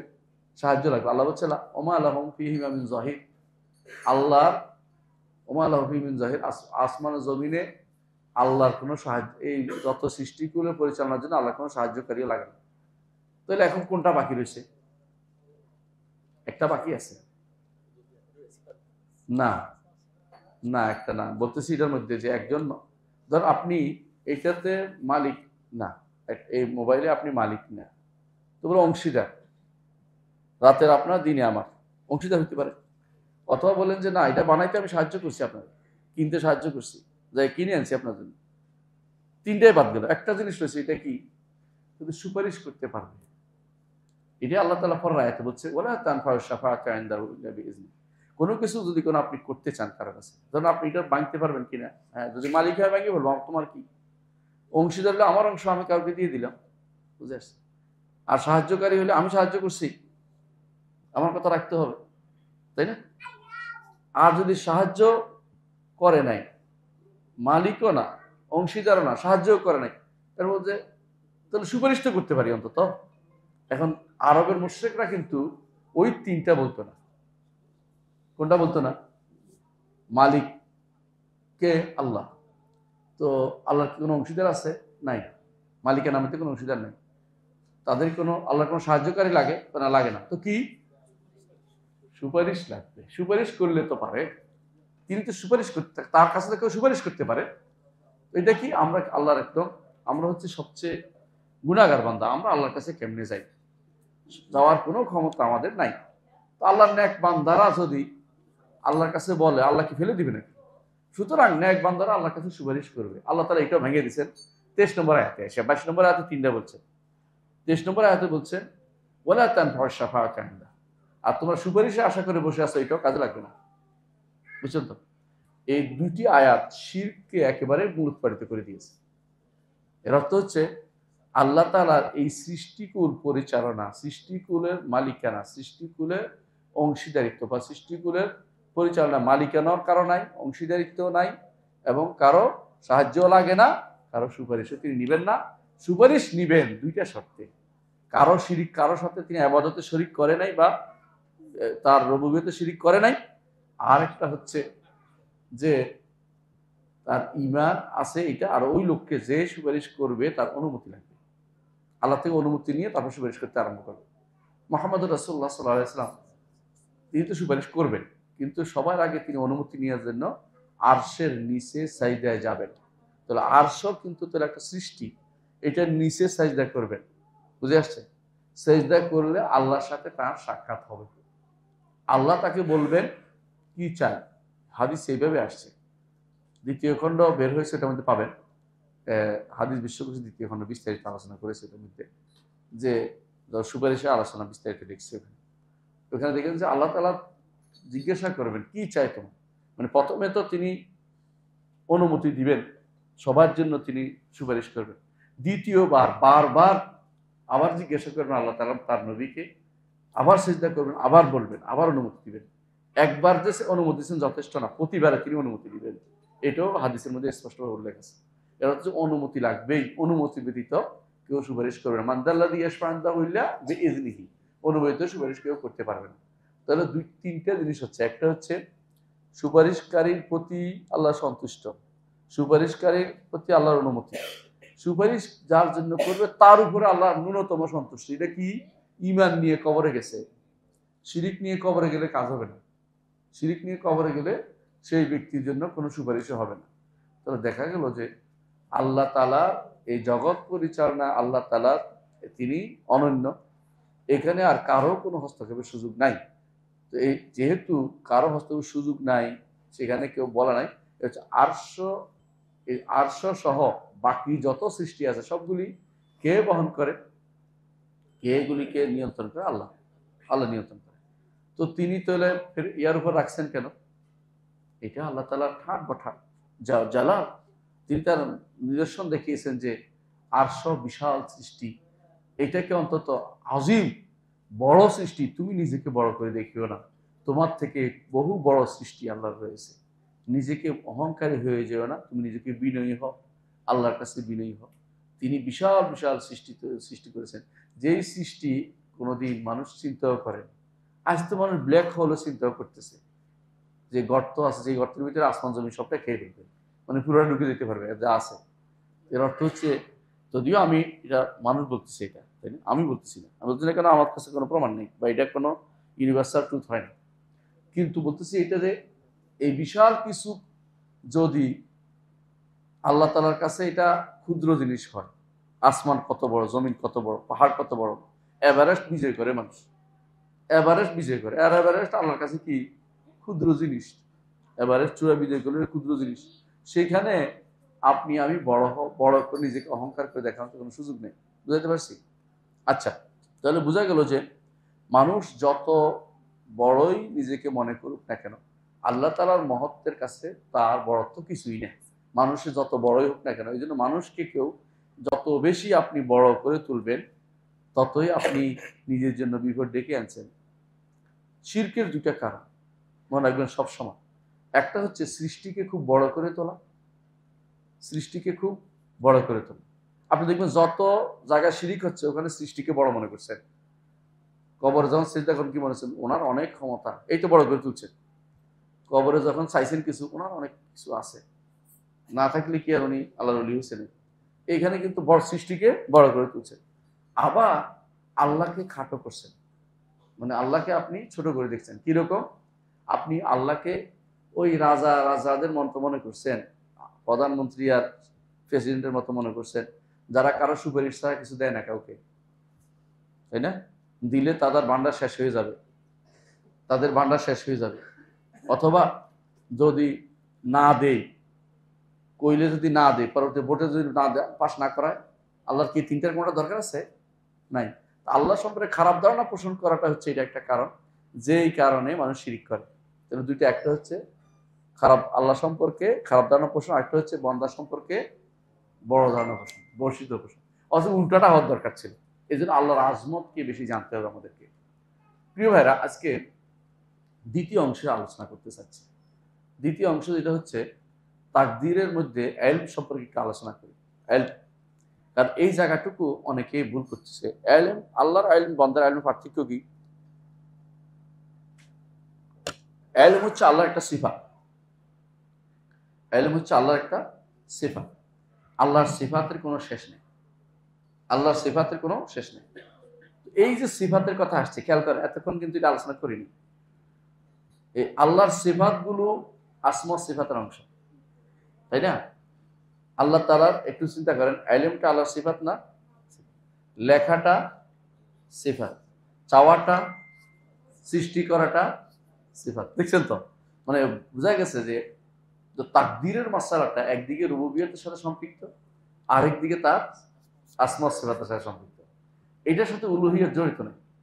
আর যেগুলো আল্লাহর সাথে সম্পৃক্ত, আল্লাহর সত্তার সাথে, রুবুবিয়তের সাথে, আর যেগুলি আল্লাহর সত্তা এবং কর্মের সাথে, আর যেগুলি আল্লাহর নাম এবং গুণের সাথে, এগুলি আমাদের কাছে না, এগুলি তার কাছে, আমরা এগুলি মেনে নেব। এগুলি দিয়ে আমি কিছু করতে পারবো না। বুঝে আসছে কথাটা? এগুলিকে আমার সাথে সম্পৃক্ত করে বিপদে ফেলে দিব না। এগুলি আমার সাথে সম্পৃক্ত মানে কি বুঝাচ্ছি? আমি কিছু করতে পারবো এরকম না। এগুলি এই যে রাসূল বলেছেন জাফাল কালাম, কলম শুকিয়ে গেছে, তোমার কিছু করার, এখানে পরিবর্তন করার ক্ষমতা কারো নাই। আব্দুল কাদের জিলানী আর ছেলেকে মেয়ে, মেয়েকে ছেলে বানাতে পারবে? পারবে না। বুঝছেন তো কথাটা? মানে এটা এই জন্য বুঝাচ্ছি, ওখানে আমাদের কারো তাসাররুফ চলে না। কেউ যদি বলে যে ওইটা ঠিক করে ফেলো, এটা করার সুযোগ নাই, হুজুরে নিজে কাটিয়ে দিচ্ছে, এটা বলার সুযোগ নাই। বুঝছেন তো? হুজুর কাটা কিছু জানেন তো? জানেন না? এক ওলি আল্লাহ নাকি তার ছেলেকে মোরাকাবায় বসাইছে। তো ওলি আল্লাহ কোরআন ভুল পড়ছে আর কি, পড়ছে কি সিরাতাল্লাযীনা আনআমতু আলাইহিম কইলে দিচ্ছে। আনআমতু আলাইহিম বলে কুফরি হয়ে জানে। এখন ছেলে তো শরিয়া জানে, ছেলে ধরে বসছে। এটা হচ্ছে এদের বেদাতীদের কথা, এটা বিশ্বাস করবেন না কিন্তু, কই দিলাম। আগে বলতেছি বেদাতীদের কথা শোনার জন্য। এক পিসাব আমার কইছে, এই জন্য বলতেছি আপনাকে। পিসাবেরা এগুলি বানায় বসে বসে কেরামতি কেমনে জাহির করে। তো বলতেছে যে সিরাতাল্লাযীনা আনআমতু পড়ে গেছে, এখন কোনোভাবেই মানতে রাজি। ছেলে ছড়িয়ে পড়ছে, আনআমতু তাহলে আমি ওই রাস্তা, যে রাস্তা আমি নিয়ামত দিয়েছি, আপনি কি নিয়ামত দিয়েছেন নাকি? আনাম তা হইব, আনাম তা কোরআনে আছে, কিন্তু আমি তো আনআমতু পড়তেছি কেন? আয় তোরে দেখাই। তখন তারা নাকি মোরাকাবায় লয়ে গেছে। বুঝছেন তো? চোখ বন্ধ কর, চোখ বন্ধ করে দেখতেছে, কি দেখছিস? দেখা আছে, ওখানে কলম দিয়ে কাটে দেন, ওখানে আনআমতু লেখা আছে, দেখতেছে। কত মৃত্যু! দুইটা মিথ্যা কথা বলছে। একটা হলো সে লহের দেখার সুযোগ আছে কারো। আল্লাহ বলছে লা ইয়ামাসসুহু ইল্লাল মুতাহহারুন, ফেরেশতারা ছাড়া কেউ লহের মাহফুজ দেখার কোনো ক্ষমতা কারো নেই। কারণ রাসূলুল্লাহ সাল্লাল্লাহু আলাইহি ওয়াসাল্লাম শুধু আওয়াজ শুনছে। ফাসামিউতু খাশখাশাতাহু, আমি শব্দ শুনতে পাচ্ছি, কি কলমের খসখস শব্দ শুনছি, আর কিছু শুনি নাই। সরিফাল আকলাম তিনি শুনছেন। সামিউতু সরিফাল আকলাম, হ্যাঁ, শত আরেক জায়গায় আসছে, হ্যাঁ অন্য কিছুতে, তাহলে সরি বলে আকরাম শুনছে কিন্তু তিনি দেখেন না, কেউ দেখার ক্ষমতা নেই, আর হে নাকি চোখ বন্ধ করে দেখে বলছে, এটা আর মিথ্যা কথা। আরেকটা ওখানে নাকি আনাম তুই লেখা আছে, মিথ্যা কথা, কারণ কোরআনে যা আছে ওখানে তাই লেখা আছে, বালুয়া কোরআন মজিদ ফিল আউফের মা। সুতরাং দুইটা মিথ্যা কথা বলছে এই হুজুরে, হ্যাঁ নিজের মিথ্যা সার ঢাকার জন্য, নিজের মিথ্যা কথা ঢাকার জন্য। এরাই ওয়াহাদাতুল উজুরের কায়, সর্বস্ববাদের কায়। এরাই আবার বলে, এরাই আনার হক যারা বলতো তাদের উত্তরসূরি, এরাই হচ্ছে তাদের উত্তরসূরি, বুঝছেন। আর এই আনার হক যারা বলছে আগে, এরা হচ্ছে এদের পূর্বসূরি। তাহলে দেখা গেল যে রুবুবিয়ত এবং আসমা সিফাতের মাসালাটা এরকমই যে এই দুটোই আল্লাহ তাআলার আল্লাহ তাআলার সত্তা কর্ম, এই দুটো হলো রুবুবিয়ত। নাম এবং গুণ হচ্ছে আসমা সিফাত, হলো। তাহলে এই দুইটা, এই চারটে জিনিস পুরোটাই আমাদের, কোনো কিছু তার আমাদের হাত নাই। কেউ যদি বলে আমার কারণ হচ্ছে যে মিথ্যা কথা বলছে, কোনো বলতে পারবে, বুঝে আসছে। এর মধ্যে প্রথম হচ্ছে ইলম। সিফাতের মধ্যে সর্বপ্রথম যে সিফাতকে সাব্যস্ত করতে হয় ইলম, আল্লাহ তাআলা ইলম, ইলমুল গায়ব বলে, বুঝে আসছে। তাহলে আমরা বুঝতে পারলাম যে এটা এক নম্বর হচ্ছে ইলমুল গায়ব, দুই নম্বর হচ্ছে এটা আজালি। আজালি অর্থ কি বুঝেন? আমাদের জ্ঞান দুই রকমের আছে। একটা হচ্ছে আল্লাহ কর্তৃক একটা জ্ঞান আমাকে দিয়েছে, বুঝে আসছে, বুঝে। ছোট বাচ্চারও একটা জ্ঞান আল্লাহ তাআলা দিয়েছে, কিভাবে উঠতে হবে, দাঁড়াই যেতে হবে। আমি তারা মুখস্থ করে দাঁড়াও দাঁড়াও না, সে কিন্তু এরকম হাঁটতে হাঁটতে একদিন দাঁড়া হয়ে গেছে, বুঝলেন না কথাটা। একটা কুকুরের বাচ্চাও কিন্তু রাস্তার মধ্যে হাঁটতে হাঁটতে বুঝে যায় কোথায় খাবারটা পাবে। একটা মশা বুঝে কোন জায়গায় রক্ত আছে জায়গা মতো। এই জ্ঞানটাও আল্লাহর দেয়া। আবার কিছু জিনিস তারা বাড়িয়ে নেয়, অভিজ্ঞতার মাধ্যমে বাড়িয়ে নেয়। এই দুইটাই কিন্তু, এই দুইটা কি আজালি জ্ঞান? না, এই দুইটা হচ্ছে আমরা প্রাপ্ত হয়েছি সৃষ্ট জ্ঞান, আল্লাহর পক্ষ থেকে দেয়া জ্ঞান, বুঝছেন তো। একটা হচ্ছে আল্লাহর পক্ষ থেকে দেয়া, আরেকটা হচ্ছে আল্লাহর পক্ষ থেকে আমাকে সুযোগ দেয়া শিখার জন্য। একটা মাওহিবা বলে, একটা ইকতিসাব বলে। একটা হচ্ছে দান, একটা হচ্ছে আমি অর্জন করছি আল্লাহর রহমতের মাধ্যমে, আমি অর্জন, আল্লাহ আমার শিখানোর সুযোগ দিচ্ছে, শিখার এই জন্য পাইছি। তাহলে আমাদের জ্ঞান হচ্ছে এরকম, কিছু আমরা আল্লাহ প্রদত্ত, আল্লাহ আমাদের ব্রেনে দিয়ে দিচ্ছেন, বুঝে আসছে। আর কিছু আছে আমি শিখছি, দুয়ে দুয়ে সাহেব বড় হয়েছে, মানুষের শিখে বলছে, কিন্তু লগারিদম অঙ্ক কষ্ট করে শিখছি, বুঝে আসছে কথাটা। তো কিছু জ্ঞান মানুষের কষ্ট করে শিখে। আল্লাহর জ্ঞান কিন্তু এরকম না, আল্লাহর ইলম লিযাতি, জাতি, বুঝেন।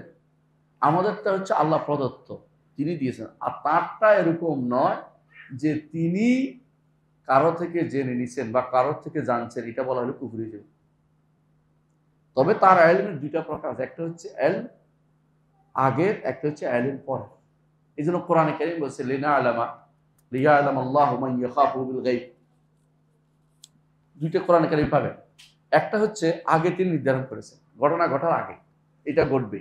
আরেকটা হচ্ছে ঘটনা ঘটার পরে তিনি এটাও জানেন যে আমি যা লিখেছি সেটা ঘটছে। এটার বিরোধী না, এটা তার অর্থ এই নয় যে নতুন হয়েছে, এটা না। কি বুঝাচ্ছেন?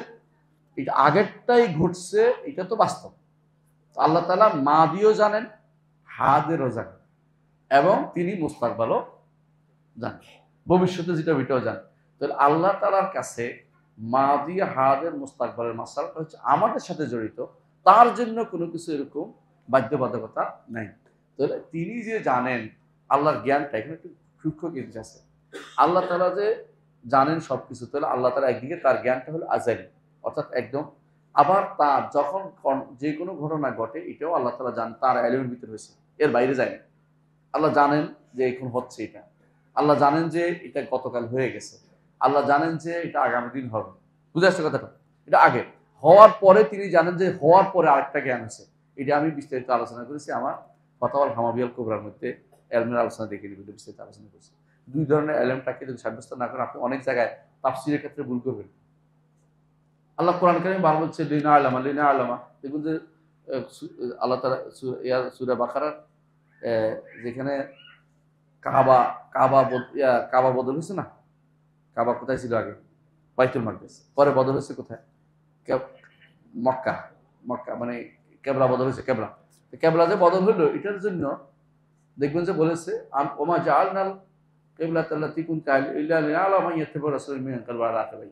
আমি কেন এই কেবলা বানাই দিলাম, যাতে জেনে নেই কে এদিক করে সেই দিকে। আল্লাহকে আগে জানতো না? জানতে হবে। অর্থ কি? হুজ্জত কায়েমের জন্য এখন তিনি জানছেন যে তোমরা আল্লাহর কথা শোনো নাই, এখন তোমার আসছে, এখন এইটার কারণে তোমাকে ধরা হবে, কারণ এটা তোমার এখন তাকলিফ। তোমাকে বলা হয়েছে রসুলের কথা শুনতে, আর তুমি বলছো আগে এরকম ছিল, আগে বাইতুল মাকদিস গুলো সালাত আদায় করছে, এখন কেন এদিকে সালাত করছে, আমি এটা শুনলাম না। তো এইটা হচ্ছে তোমার ধরার জায়গা, তুমি শোনো নাই দেখে। কিন্তু আল্লাহর ইলম দিয়ে তোমাকে তিনি পাকড়াও করবেন না। আল্লাহ কি জানেন যে পাকড়াও করবেন না, কিন্তু এই ইলমটা দিয়ে তিনি আমাকে পাকড়াও করবেন যে আমি অন্যায়টা করছি, এখন এটা দ্বিতীয়বার প্রমাণ। এই জন্য ইলমটা এখানে আমার জন্য নির্ধারণ করা হয়েছে। কথা বুঝছেন বলছেন? এই জন্য আল্লাহ তাআলা তিনি হওয়ার আগেও জানেন, হওয়ার পরেও জানেন। এই হওয়ার পরে জানাটা আগের ইলমের বিরোধী না। এই যে জায়গাতে এসে এই দেশের যে সমস্ত মাদারেস আছে, আমি একটু আগেও বলেছি, ওরা এই জায়গাতে এসে ভুলে গেছে। এই জন্য তাফসীর করে যাতে প্রকাশ করে দেন। এগুলো সব অনুবাদের মধ্যে এই ভুলটা আছে, দেখবেন যখন যে না আলামা আছে সব প্রকাশ করে দেন। প্রকাশ করা তো উদ্দেশ্য না, হুজ্জত কায়েম করার উদ্দেশ্য। আল্লাহ আগেও জানেন, এখন তো জানছেন, অর্থ এই নয় যে আগে জানতেন না, তা না। এইটা যে ব্যক্তি, যে মানুষ যেটা আগেও জানে পরেও জানে, তার পূর্ণতা না, এটা পূর্ণতা। আল্লাহ তাআলা আগে পরে জানা অর্থ হচ্ছে আগেরটাও তার পূর্ণতা, পরেরটা আরো পূর্ণতা। আল্লাহ তাআলার জন্য যত বেশি আমি কামাল সাব্যস্ত করব, তত আল্লাহকে আমি সম্মান করলাম। আর যদি আমি বলি যে আল্লাহ আগে জানতো আর জানে না, ইহুদির মতো, আল্লাহ কেন, তোর তো এটা ইহুদির মতো কথা হলো যে তিনি এখন পায়ের উপর পা তুলে ঘুমিয়ে আছেন, নাউযুবিল্লাহ। এই জাতীয় কথাগুলি কারা বলে? ইহুদিরা বলে। এই জন্য তারা শনিবারের নাম দিচ্ছে ইয়মুস সাব্ত, মানে আরাম করার দিন। শুক্রবারে, শনিবারে আল্লাহ 6 দিনে আসমান জমিন সৃষ্টি করছে, কোরআনও আছে। আর সপ্তম দিনে কি করেন? তিনি শুয়ে রয়েছেন পায়ের উপর পা তুলে। এত বড় মানে বাজে কথা আর কেউ বলেনি, ইহুদিরা বলছে। তো বোঝা গেল যে এগুলি যারা এখন আল্লাহ তাআলার এখনকার এতে অস্বীকার করে, এটা সিফাত, এটা কিন্তু তাফসীরের সমস্যা। মানে এই জন্য তাফসীরের ক্ষেত্রেও আমাদের অনেক কিছু জানার দরকার আছে, যে আমাদের ভাইরা তাফসীর করে গেছে, অনেক সময় ভুল তাফসীর করে গেছে। এগুলো বললেও অনেকে রাগ করে যায় যে আমার উপর দিয়া আমাদের বলতেছে, আমরা এই সেই বিভিন্ন রকম নিজেদের বড় জাহির করতেছে। আমরা এই জন্য আলোচনা করতে চাই, শুধু বুঝাতে চাচ্ছি। এটা স্বভাব চলে আল্লাহ তাআলার জ্ঞান আজালি, বুঝে আসছে। আর আল্লাহ তাআলার জ্ঞান এটা হচ্ছে ইলমুল গায়ব। জানার কোনো উপায় আছে? জানার উপায় আছে আল্লাহকে না, উপায় নেই। আর আমাদেরটা কখনো গায়েবী ইলম না, আমাদেরটা হচ্ছে আতাই, দান করা। যিনি যেটা দিয়েছে এটা আমরা শুধুমাত্র, তিনি না দিলে কিছুই জানি না। সুবহানাকা লা ইলমা লানা ইল্লা মা আল্লামতানা, সুবহানাকা লা ইলমা লানা ইল্লা মা আল্লামতানা। আল্লাহ, আমাদের কোনো ইলম নাই যদি আপনি না জানান, কথা বলেন না। সুবহানাকা লা ইলমা লানা ইল্লা মা আল্লামতানা, এটা হচ্ছে। 2 নম্বর হচ্ছে আল্লাহর জ্ঞানের কোনো শুরু নাই। তিনি শুরু, বুঝছেন কিনা? মানে তিনি যেহেতু ওয়াল আউয়াল, তিনি আউয়াল, জ্ঞান সহ তিনি আউয়াল। বুঝে আসছে? এটা বলা যাবে না যে ওই থেকে শুরু হয়েছে, এটা বলা যাবে না।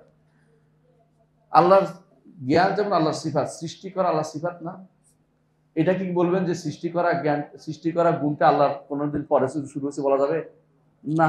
এই জন্য আমরা বলি যে আমাদেরকে এই সৃষ্টি যে 800 কুরসি সৃষ্টি, এটা আমরা জানি মোতাবেক, এর আগেও আল্লাহ সৃষ্টি করে থাকবেন, আমরা এটা জানি না। এটা হলো পার্থক্য। এই পার্থক্যটা বলবো। আল্লাহর সিফাতের ক্ষেত্রে আমরা বলবো যে এটারও কি নাই, শুরু নাই। একটা শুরু নোক্তাতুল ইনতিলাক, বা এখান থেকে শুরু হয়েছে এটা বলার কোনো সুযোগ নেই। ওরা আল্লাহ তাআলা এগুলি আগে থেকেই আছে, যখন থেকে তিনি ইচ্ছে করছেন আমাদেরকে জানাতে, এটা আমাদেরকে জানিয়েছে। এর আগেরটা তিনি জানান নাই। এই জন্য এটা বললে সুবিধা বেশি।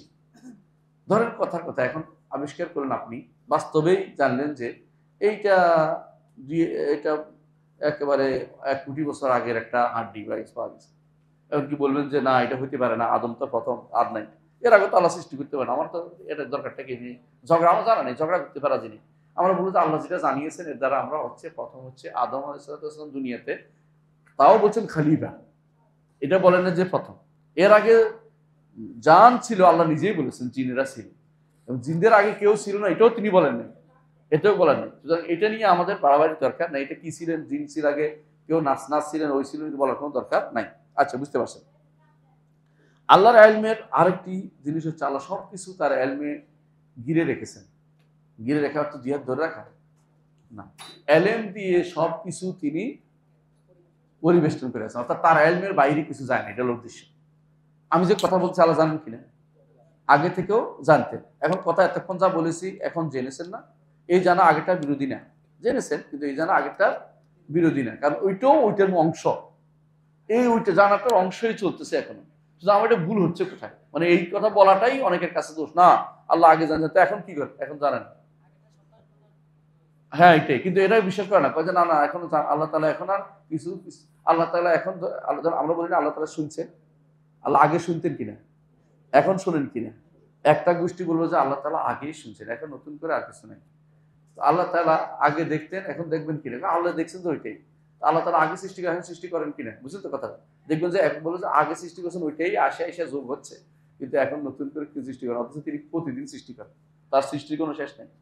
যে আমরা বাধা দিতে পারিনি, কারণ তিনি যা ইচ্ছে যত বেশি সৃষ্টি করবেন তত কামাল বোঝা যাবে, কারণ স্রষ্টার পূর্ণতা বোঝা যাবে এটা। এরা বলে যে এই তথাকথিত জাহমি আকীদার লোকেরা বলবে, ওই বইতে পাবেন যে আল্লাহ তাআলা পূর্ণতা নতুন করে সৃষ্টি করলে পূর্ণতা বোঝায় না, অথচ এটাও পূর্ণতা বোঝায়। তিনি যত বেশি পারেন, যে পারঙ্গম তার পূর্ণতা বেশি বোঝায় না।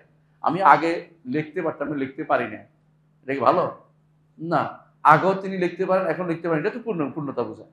এদের এই সহজ জিনিসটা না বুঝে ওরা উল্টা বুঝায় যে আল্লাহ তাআলা তাহলে কি না তাহলে কি আগে লিখছেন, এখন লিখলে তো আগে কি পূর্ণতা পান না, এখন এটা কোন ধরনের, আগে তো পূর্ণ পাইছে, এখন আরো পূর্ণতা আরো শক্ত হচ্ছে, এটাই হলো কথা, এটা বলতে হবে। ঠিক বলছে আল্লাহ তাআলা যা ইলমের ক্ষেত্রে আমরা যেটা বলতে চাচ্ছি যে বান্দার কি করবে সেটা জানেন।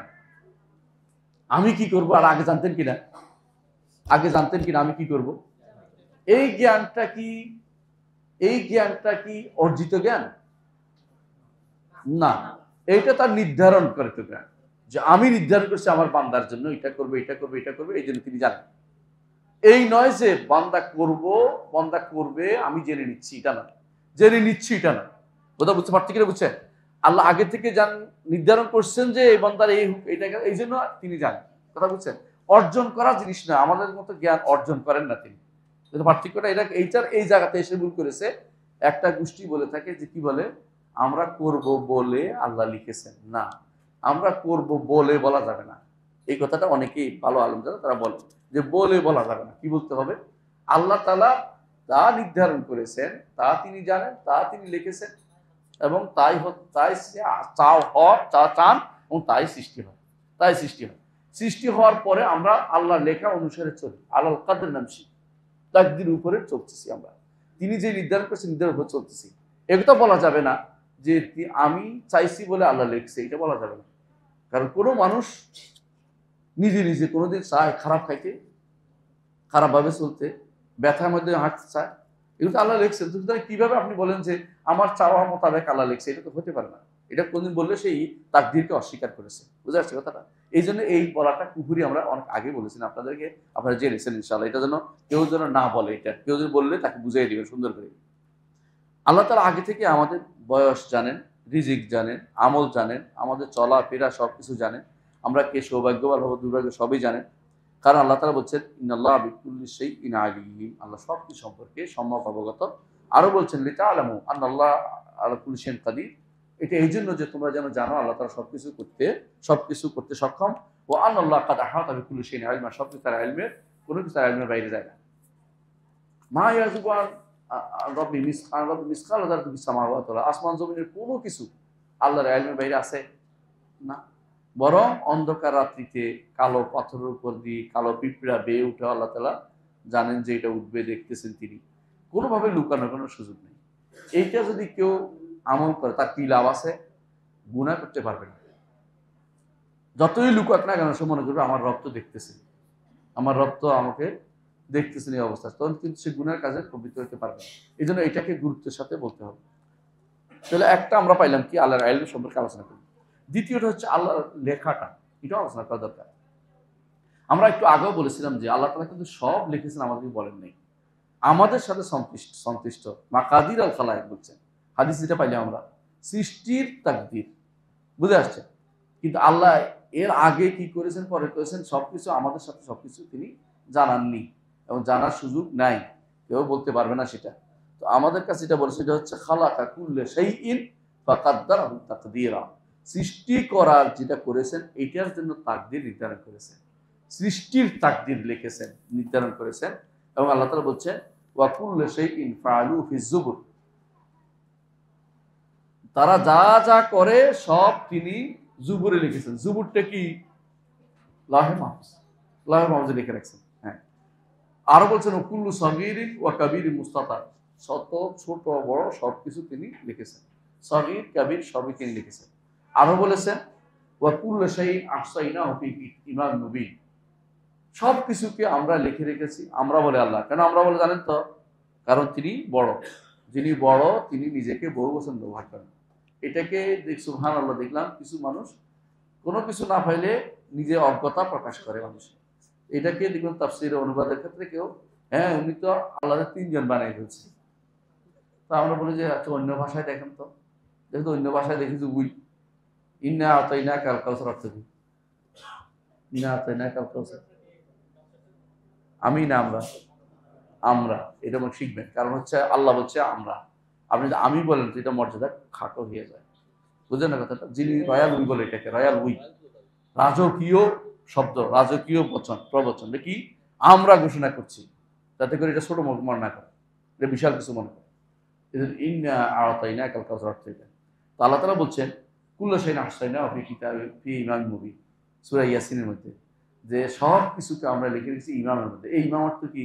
লওহে মাহফুজ। লওহে মাহফুজের অনেকগুলো শব্দ আসছে, লওহে মাহফুজের অনেকগুলো শব্দ আসছে লওহে মাহফুজের জন্য, বুঝে আসছে? লওহে মাহফুজের জন্য অনেকগুলো শব্দ ব্যবহার করেছে। একটা হলো কি লওহ, একটা হলো লওহে মাহফুজে বলা হয়েছে, আর জিকির বলা হয়েছে, জিকির বলা হয়েছে দুইটা। আবার বলা হয়েছে কি ইমাম, ইমাম বলা হয়েছে। এবং বলা হয়েছে যে উম্মুল কিতাব, ওয়াইন্নাহু ফি উম্মুল কিতাব লাদাইনা লা আলিয়্যুন হাকিম, উম্মুল কিতাব বলা হয়েছে। তাহলে একটা হচ্ছে উম্মুল কিতাব, একটা হচ্ছে লওহে মাহফুজ, একটা হচ্ছে জিকির, একটা হচ্ছে ইমাম, আর একটা আছে কিতাবুল মুবিন। বুঝে আসছে? তাহলে পাঁচটা, পাঁচটা লওহে মাহফুজের পাঁচটা নাম কোরআনে কারিমে এবং হাদিসে উল্লেখ করা হয়েছে। দেখবেন তো বোঝা গেল যে এই নামগুলো সবই লওহে মাহফুজের জন্য। এগুলিতে আল্লাহ তাআলা কি লিখেছেন? আমাদের সংক্রান্ত যা ইচ্ছা তা লিখেছেন, সৃষ্টি সংক্রান্ত। আবার আল্লাহর কালামও শেখেন, বুঝে আসছে? আল্লাহর কালামও শেখেন। কি বলেছেন? বালুয়া কোরআন মাজিদ ফি লাওহে মাহফুজ।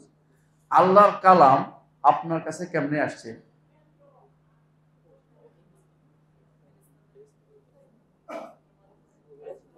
ফেরেশতারা কি লওহে মাহফুজ থেকে নিয়ে আসছে না আল্লাহর কাছ থেকে নিয়ে আসছে? তো আপনার কাছে বালুয়া কোরআন ফি লাওহে মাহফুজ বলছে না?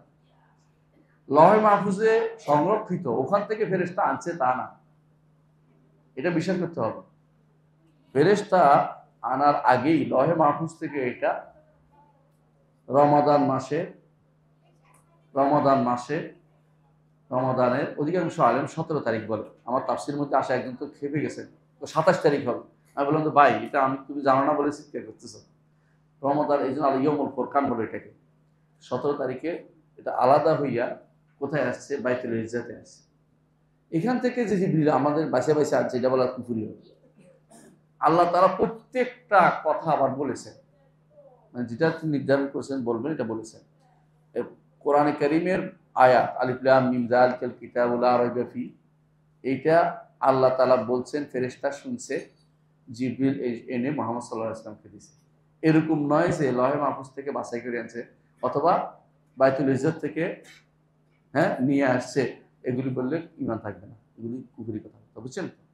প্রত্যেকটা কথা আল্লাহ বলছেন, জিবরিল, জিবরিল রাসূল, জিবরিল তো রাসূল, তিনি শুনছেন, আর মুহাম্মদুর রাসূলুল্লাহ সাল্লাল্লাহু আলাইহি ওয়াসাল্লামের কাছে নিয়ে এসেছেন। পার্থক্য বুঝছেন তো? তাহলে এটা ওয়াহী, এটা এই জন্য ওয়াহী, এটা খুঁজে নেওয়া জিনিস না যে ওখান থেকে। এরা ওরা বলে, যারা বলে আল্লাহ কথা বলে না, আমাদের কাছে আল্লাহ কথা বলে, এদের কাছে আল্লাহ কথা বলে না, আল্লাহর কথা শোনা যায় না, আল্লাহর কথা শোনা যায় না। এরা কারা জানেন? এরা কারা? আপনার আশেপাশে বিভিন্ন মাদ্রাসার লোকেরা, হাজার হাজার মাদ্রাসা, সবাই বলে আল্লাহর কথা শোনা যায়, আল্লাহর কথার কোনো শব্দ নেই, আল্লাহর কথার নাকি কোনো শব্দ নেই। মুসা আলাইহিস সালাম কি শুনছে? শব্দ শুনে নেই? মুসা আলাইহিস সালাম শুনে নেই? মুহাম্মদ রাসূলুল্লাহ সাল্লাল্লাহু আলাইহি ওয়াসাল্লাম শুনে নাই? মেরাজের রাতে শুনেন নাই? শুনেন নাই নাকি শুনছে? শুনছে। আদম আলাইহিস সালাম শুনেন নাই? শুনছে। তিন নবীকে আল্লাহ তাআলা, তিন নবী রাসূলকে, একজন নবী দুইজন রাসূল, আল্লাহ তাআলা তাদের তাঁর শব্দ শুনিয়েছে, তাঁর শব্দ শুনিয়েছে। কথা মনে রাখবেন, সরাসরি মানে সামনাসামনি নয়, কিন্তু শব্দ শুনিয়েছে তিনজনকে। একজন হচ্ছে কে? আদম। কুলনা ইয়া আদম, আমরা বললাম, আল্লাহ বলতেছে ইয়া আদম, বুঝে আসছে? অন্য বর্ণে আসছে, হাদিসে আসছে, আল্লাহ তাআলা দেখি বলবেন হাসরের দিন ইয়া আদম, আদম বলবেন লাব্বাইক ওয়া সাদাইক। হাদিসে আছে রাসূলুল্লাহ সাল্লাল্লাহু আলাইহি ওয়াসাল্লাম বলেছেন মা মিনকুম ইল্লা সায়ুকাল্লিমুহু রাব্বুহু লাইসা বাইনাহু ওয়া বাইনাহু তুরজুমান। তোমাদের এমন কেউ নাই যার সাথে আল্লাহ হাসরের দিন কথা বলবেন না। প্রত্যেককে কথা বলবেন, দুজনের মাঝে কোনো অনুবাদক থাকবে না।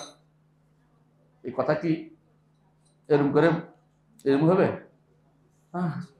জবাব হবে। কথা বলে, কথা অর্থই হলো শব্দ হয়। কথা বলছেন? এরা কোনোদিন এটা বলতে রাজি নেই। এদের কাছে কথা হচ্ছে কি, হ্যাঁ, অন্তরের ভিতরে আছে, এটা হলো কথা।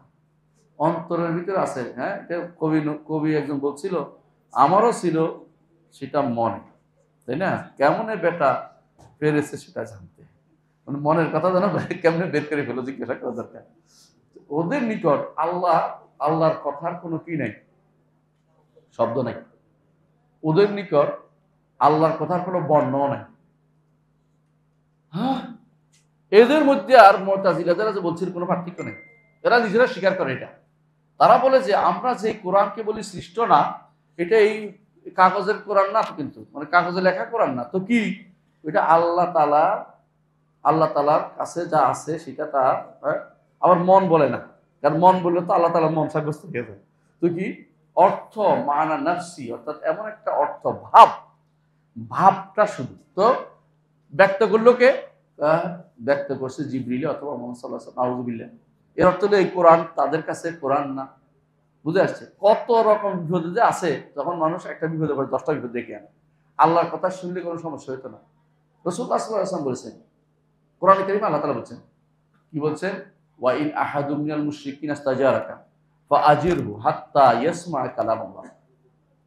যদি মুশরিকদের মধ্যে কেউ আপনার কাছে আশ্রয় চায়, তাহলে তাকে আশ্রয় দিন যতক্ষণ না সে আল্লাহর কালাম শুনতে না পায়। তো আল্লাহর কালাম কোনটা পড়বে? এদিকে আল্লাহর কাছ থেকে আসবে না, কোরআন শরীফ পড়তে বলছে, কোরআন পড়তে বলছে। এবং কোরআন পড়লে শুনলে সওয়াব হয়, হাদিসে আছে। রাসূল নিজে শুনেছেন আল্লাহর কালাম। তাহলে এর পরেও যদি কোনো কেউ বলে যে না, আল্লাহর কথার তো কোনো বর্ণ নাই, শব্দ নাই, তাহলে কি করা যেতে পারে? বুঝে আসছে কথাটা? এইটা শুধু আমার কথা না, আপনি ওদেরকে জিজ্ঞাসা করেন, যারা ওই বুনিয়াদি আকীদা লিখছে, ওদের জিজ্ঞাসা করেন কি লিখলেন, এটা সরাসরি কোরআন বিরোধী কথাবার্তা। বুনিয়াদি আকীদা লিখছে, হ্যাঁ, অস্তিত্ব তার মানতেছে না। বুঝলাম, এটা নিরাকার মানে তো বুঝছে না কি জিনিস, আল্লাহর অস্তিত্বই নেই। আচ্ছা শোনেন, এখন যেটা বলি, নিরাকার তবে শব্দটা ব্যবহার করতে আমরা নিষেধ করি, কিন্তু মৌলিক তারা আল্লাহ তাআলার কোনো, এই জন্য তারা কি বলে জানেন, আল্লাহকে, আমরা তো বলি আল্লাহকে জান্নাতে দেখবো, আমরা দেখবো না? দেখবো না? আমরা সবাই দেখবো ইনশাআল্লাহ, ইনশাআল্লাহ জান্নাতে গেলে। ওদের নিকট দেখা অর্থ হচ্ছে অনুভব করা। কেন বলে বলেন তো? যেহেতু তার কোনো, যেটা বলছে তার কোনো ইয়া নাই, সিফাত সুবুতিয়া নাই, সাব্যস্ত করার কোনো গুণ থাকে না। তার হাত নাই, পা নাই, চেহারা নাই, বুঝলেন কথাটা? এই জন্য বাধ্য দেখবো কি, এটা বললে তুমি বিপদে পড়ে যাচ্ছে। এই জন্য বলে অনুভব করবে, পেটে চলে গেছে অনুভব করবে। আর ওই মার হুর কোরআনের মধ্যে আছে, আপনি আশ্চর্য হবে না? ওই মার, অনেকে বলে মার হুর কোরআন তো ভালো, কোথায় ভালো আকীদা শিক্ষা দিচ্ছে কোনটা? বুঝলেন আপনি কথাটা? আর অনুবাদের মধ্যে ভুরি ভুলের কোনো শেষ নাই। আর আকীদার কথা বলতে আছে, সুফিবাদ তো ভর্তি আছে। তো এই জিনিসটা যেটা বলতাম, এদের কেন সমস্যা হয়েছে? কারণ যদি দেখেন আপনি যে কোনো সময় দেখলে কিন্তু সামনে থাকে, তাই না? আল্লাহকে দেখলে, আল্লাহকে যদি কেউ দেখবেন না আপনি ইনশাআল্লাহ, তাহলে অবশ্যই সামনে থাকবে। সামনে যদি আপনি যেমন কিছু নাই, চেহারা নাই, তাহলে আপনি আল্লাহকে দেখবেন কি করে? আমরা তো আল্লাহকে ফুল দেখতে পাবো না, কি দেখবো? চেহারা দেখবো। কারণ ওলা আল্লাহকে কোনোদিন কেউ দেখে আয়ত্ত করতে পারবে না, কোনো দৃষ্টি তাকে আয়ত্ত করতে পারে না। লা তুদরিকুল আবসার ওয়া হুয়া ইউদরিকুল আবসার। তিনি সব দেখতে পান, কিন্তু আমরা শুধু তার চেহারা দেখতে পাবো। এটা হচ্ছে বড় নেয়ামত। আমরা সবসময় বলে থাকি একটা কথা, দুনিয়াতে বড় নেয়ামত হচ্ছে আল্লাহকে চেনা, আখিরাতে বড় নেয়ামত হচ্ছে আল্লাহকে দেখা। এই দুইটা নেয়ামত থেকে যে ব্যক্তি বঞ্চিত হয়েছে, সে ব্যক্তি আসলে, ইবনে তাইমিয়া যেটা বলতেন যে দুনিয়াতে আসছে আলাদ্দু মাফিয়ে, সবচেয়ে স্বাদের জিনিসটা সে অনুভব করতে পারেনি, এই নেয়ামতটা দেখতে পায়নি। সে যদি বুঝতো যে আল্লাহকে দেখা, আল্লাহকে জানা দুনিয়াতে বড় নেয়ামত, তো আল্লাহকে জানতে হলে কি দিয়ে জানতো? আল্লাহর নাম এবং গুণ দিয়ে জানতো। আসছেন, নাম এবং গুণ ছাড়া আল্লাহকে জানার আর কোনো উপায় নেই। নাম, গুণ অথবা কর্ম। কর্ম দিয়ে আপনি বুঝতে পারবেন, কিন্তু আল্লাহকে চিনতে পারবেন না। কর্ম দিয়ে আপনি অস্তিত্ব বলতে পারবেন, কিন্তু আল্লাহকে চিনতে পারবেন না। আল্লাহকে চিনতে হলে অবশ্যই আপনি কি দিয়ে চিনতে হবে? আল্লাহর নাম এবং গুণ দিয়ে। যদি সত্তাকে জানতে হয়, নাম গুণ যে ব্যক্তি অস্বীকার করে বসছে সে ব্যক্তি আল্লাহকে চেনার কোনো উপায় নেই। এই জন্য আগেকার দিনের যারা ইমাম ছিলেন, যেমন আব্দুল কাদের জিলানী রহমতুল্লাহ আলাইহি, যেমন এর আগে যারা ছিলেন, আমরা আলেমদের কথা বলছি, যারা আলেম ছিলেন, যাদেরকে এখন টেনে টেনে আপনার সুফিবাদ বানাই ফেলছেন, হাসান বসরি বা ওনারা সুফি না, ওনারা ছিলেন সত্যিকার আলেম। ওনারা যখন আলোচনা আল্লাহর পরিচয় মারিফতের কথা আলোচনা করছেন, সব কোরআনের আল্লাহর নামগুলি নিয়ে আসছেন, আল্লাহর সিফাতগুলি আনছেন, আলোচনা করছেন। আর এখন যারা মারিফতের আলোচনা করে ওরা কিন্তু আল্লাহর নাম সিফাত দিয়ে আলোচনা করে। ওরা কি করে? হ্যাঁ, আমি আমার নফসের দিকে মুতাওয়াজ্জি আছি, আমার নফস জনাব ঈশা হুজুরের কলবের দিকে। আবার ঈশা হুজুর তো বলে কেবলা বলে, হ্যাঁ, তার কলব থেকে আরশে মহল্লার দিকে, সেখান থেকে গিয়ে আমার কলবে ধাক্কা মারলো, এই ব্যাপার, বুঝছেন তো? এইগুলি দিয়ে আল্লাহকে চিন্তা ভাবনা করে, অন্ধকার গলি বের করে, আবার এগুলি বিভিন্ন জায়গাতে নিয়ে ওদেরকে অন্ধকারে রেখে কি শিক্ষা দেয় ওদেরকে জিজ্ঞাসা করতে হবে। এগুলি হচ্ছে আল্লাহর মারফতের জায়গা বানাচ্ছে। আল্লাহর মারফতের জায়গা বানাচ্ছে ইল্লাল্লাহ ইল্লাল্লাহ ইল্লাল্লাহ হু হু হু হু হু লাল্লাল্লাহ বলবে, মানে কবরে কি বলতে হবে, এগুলি আল্লাহর মারফত জিনিস বানাচ্ছে, এগুলি ফালতু জিনিস বানাচ্ছে। এরা হচ্ছে পথভ্রষ্ট। যতগুলি পীর আছে বাংলাদেশে একটাও বাদ নাই, সবগুলি পথভ্রষ্ট বিনা একবার। কিন্তু পীরগিরির সিস্টেমটা ইসলামে নাই। ইসলাম হচ্ছে একজন আলেম থাকবে, তার কাছ থেকে দ্বীন সম্পর্কে জানবে, তার সম্পর্কে আল্লাহ সম্পর্কে জানবে। যিনি আব্দুল কাদের জিলানী রহমতুল্লাহ আলাইহি, কে বলছে তিনি মুরিদ করছে? কে বলছে তিনি আপনাকে বলছে যে মুরিদ ইলা তাহজান? বুঝেন, ওদের নিকট আব্দুল কাদের জিলানী রহমতুল্লাহ আলাইহি কিন্তু আলেম ছিলেন, এবং তিনি ইমাম ইবনে কুদামার ওস্তাদ ছিলেন। এবং ইমাম ইবনে তাইমিয়া রহমতুল্লাহ তার কথা যখন আসতো তখনই বলতেন যে আল আরিফ বিল্লাহ, আল্লাহ সম্পর্কে তিনি অনেক ভালো জ্ঞান রাখতেন। আর অথচ এরা কি বলে, কসিদা গাউসিয়া একটা আছে, কসিদা গাউসিয়া, গাউসিয়া বুঝেন? এরা কসিদা গাউসিয়া হচ্ছে প্রতিদিনটা পড়লে নাকি সওয়াব, প্রতিদিন শিরিক। আর শিরিক কিরকম? আমার মুরিদ তুমি পেরেশান হইও না, আকাশের কত তারা তা আমি জানি, জমিনের কত বালু তা আমি জানি, পানিতে কত মাছ তা আমি জানি, হ্যাঁ, আকাশের কত পাখি তা আমি জানি। আস্তাগফিরুল্লাহ। কেমনে জানবে তিনি? এটা যদি প্রতিদিন যদি কেউ বলে, এর কি ইমান থাকে? ওর ইমান থাকবে? এরা হচ্ছে সকালবেলা শয়তান তাদের কুফরি তিনি হইতে পারে, বিকালে আবার তার কুফরি তিনি কুফরি শিরকি করতেছে। আর এরা বলে আল্লাহকে চিনছে। আল্লাহকে চিনার নামে ভণ্ডামি চালু করে দিয়েছে, ইমানটাকে নষ্ট করে দিচ্ছে। এই সমস্ত জায়গাতে যারা যাবে, ইমান হরণের জায়গা ছাড়া কিছুই না। এই জন্য বর্তমান যতগুলি পীর আছে, সবুজ পাগড়ি সহ সবগুলি, যতগুলি পীর আছে সবগুলি ভণ্ড, বুঝছেন তো? সবুজ পাগড়ি ছিলেন তো? সবুজ পাগড়ির লোক ইবনে তাইমিয়ার কাফের বলতে বলতে তার মুখে থুতু বের করে দিচ্ছে। সুবহানাল্লাহ, তাকফীরের কোনো শেষ নেই তার কাছে। আর কথায় কথায় নূর নূর নূর নূর নূর নূর, রসুল নাকি নূরের তৈরি, এটা না বলে তার ঘুম হয় না। এই মিথ্যাচার, কত বড় মিথ্যাচার, তার কোনো শেষ নাই। রসুল নূরের তৈরি কে বলছে? আল্লাহ হয়তো গায়েব জানে বলে, গায়েব জানে বলে তো পুরো পুকুরি কালাম করছে, পুরো কাফের হয়ে গেছে সঙ্গে সঙ্গে। আল্লাহ যা জানিয়েছেন এর বাইরে জান, আল্লাহ সব জানার নাই, আল্লাহ সব জানার নাই। কিয়ামত কবে হবে রসুল জানতেন না। রসুল আল্লাহ তাআলা বলতেছেন যে বলুন যে যদি কোনো আমি গায়েব জানতাম তো অনেক কল্যাণের কাজ করতে পারতাম। রসুল কি জানতে যে দাঁত পড়ে যাবে, ব্যথা পাবে? না। রসুল কি জানতেন যে উহুদের ইয়াতে তায়েফের ময়দান তার পায়ের মধ্যে পাথর পড়ে পায়ে রক্তাক্ত হবে? রসুল কি জানতেন যে আয়েশা রাদিয়াল্লাহু আনহা তার উপর অপবাদ দিচ্ছে, তিনি একবার ঘরে যান, একবার বাইরে আসেন, একবার মিম্বরে উঠেন, একবার বাড়িরাকে জিজ্ঞাসা করেন, একবার আলীকে জিজ্ঞাসা করেন, একবার ওসামাকে জিজ্ঞাসা করেন, আমার স্ত্রী তো আমি ভালোই জানি, তোমরা কিছু দেখছো কিনা? ওরা বলে ইয়া রাসূলুল্লাহ, আপনার স্ত্রী সম্পর্কে আপনি ভালোই জানেন, আমরা কিছু বলতে পারবো না। ইয়া রাসূলুল্লাহ, উনি পেরেশান হয়ে যাচ্ছেন।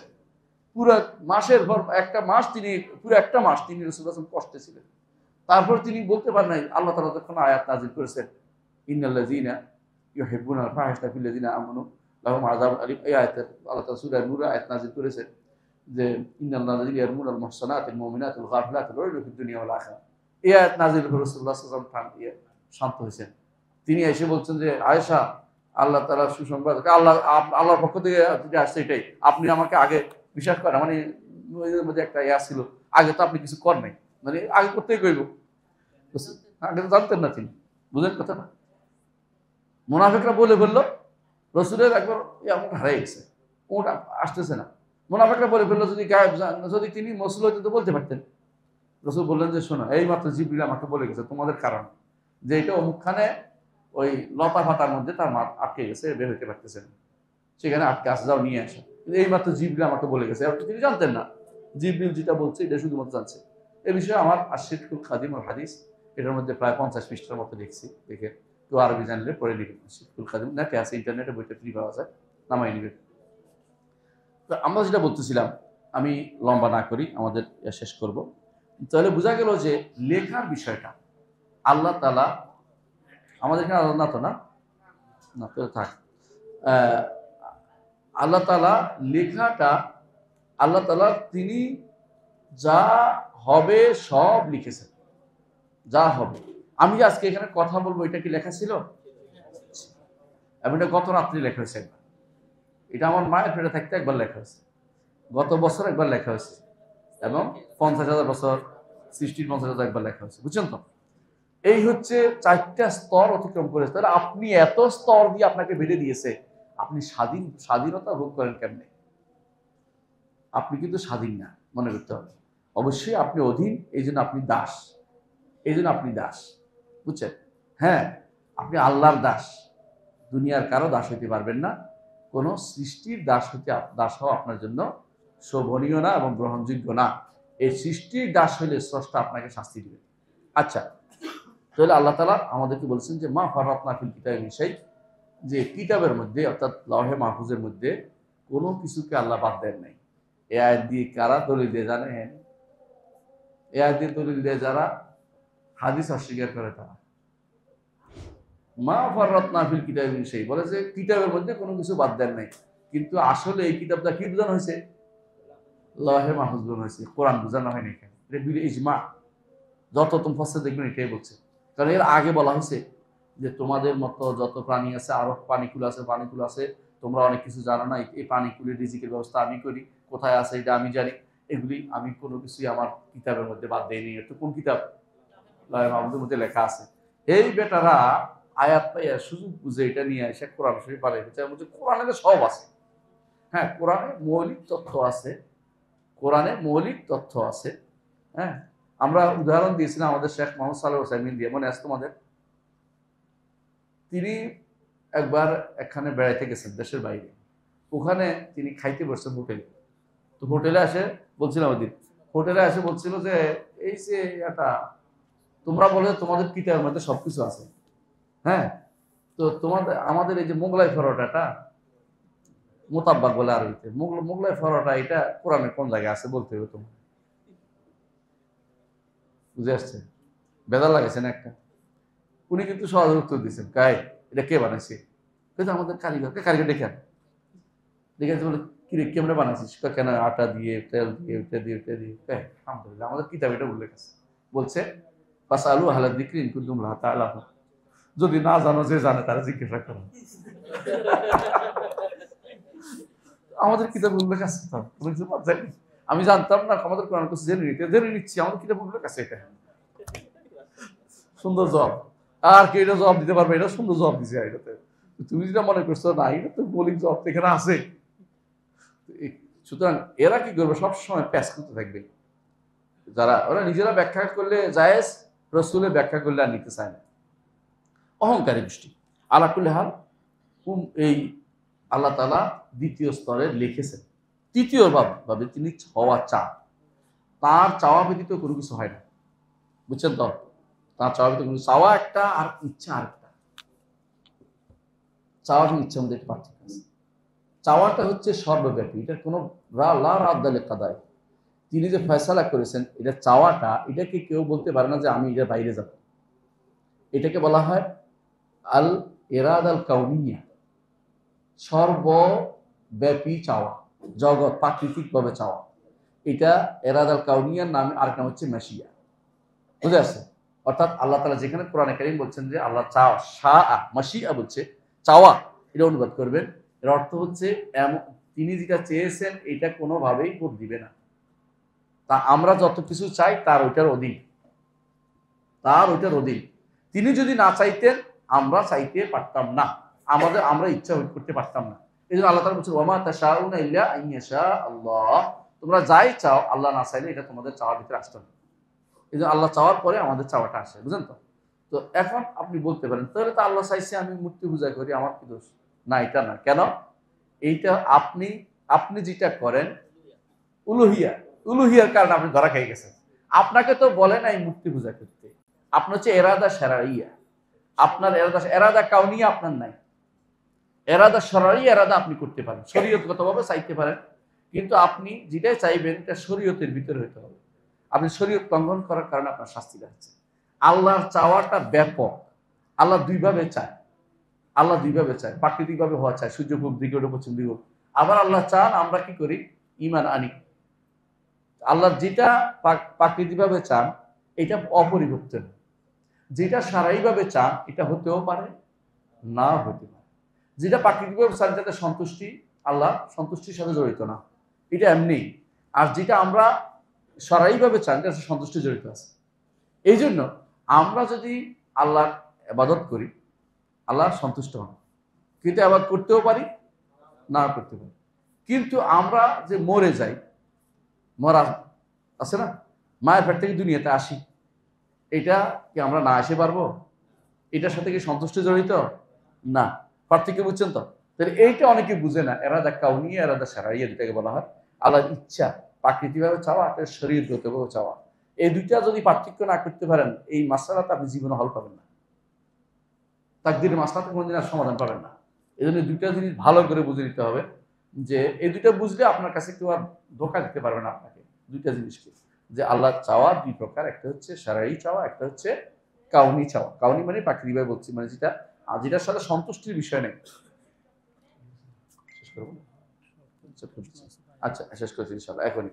তো আর একটা জিনিস রয়েছে, ওরে আল্লাহ প্রশ্ন তো ঢালি। আচ্ছা অসুবিধা নাই। তাহলে একটা চাওয়া বুঝলেন তো, এই চাওয়ার সাথে কি আমার কোনো কাজ আছে? তাহলে যারা বলে আল্লাহ আমরা করবো বলে আল্লাহ চাইছে আল্লাহ দেখছে, এগুলো মিথ্যা কথা, এগুলো বলার কোনো সুযোগে নেই। কারণ আমি তো নাই, এটা ঈশ্বর সম্পৃক্ত, রবিয়ত এবং আসমা সিফাতে সম্পৃক্ত। এটা একটা ভুল ছাড়া কিছুই নেই। দেখ বিসমিল্লাহ, দেখি ওখানে শেষ করে ফেলবো ইনশাআল্লাহ। অনেক প্রশ্ন। কয়টা স্তর গেল? 3টা।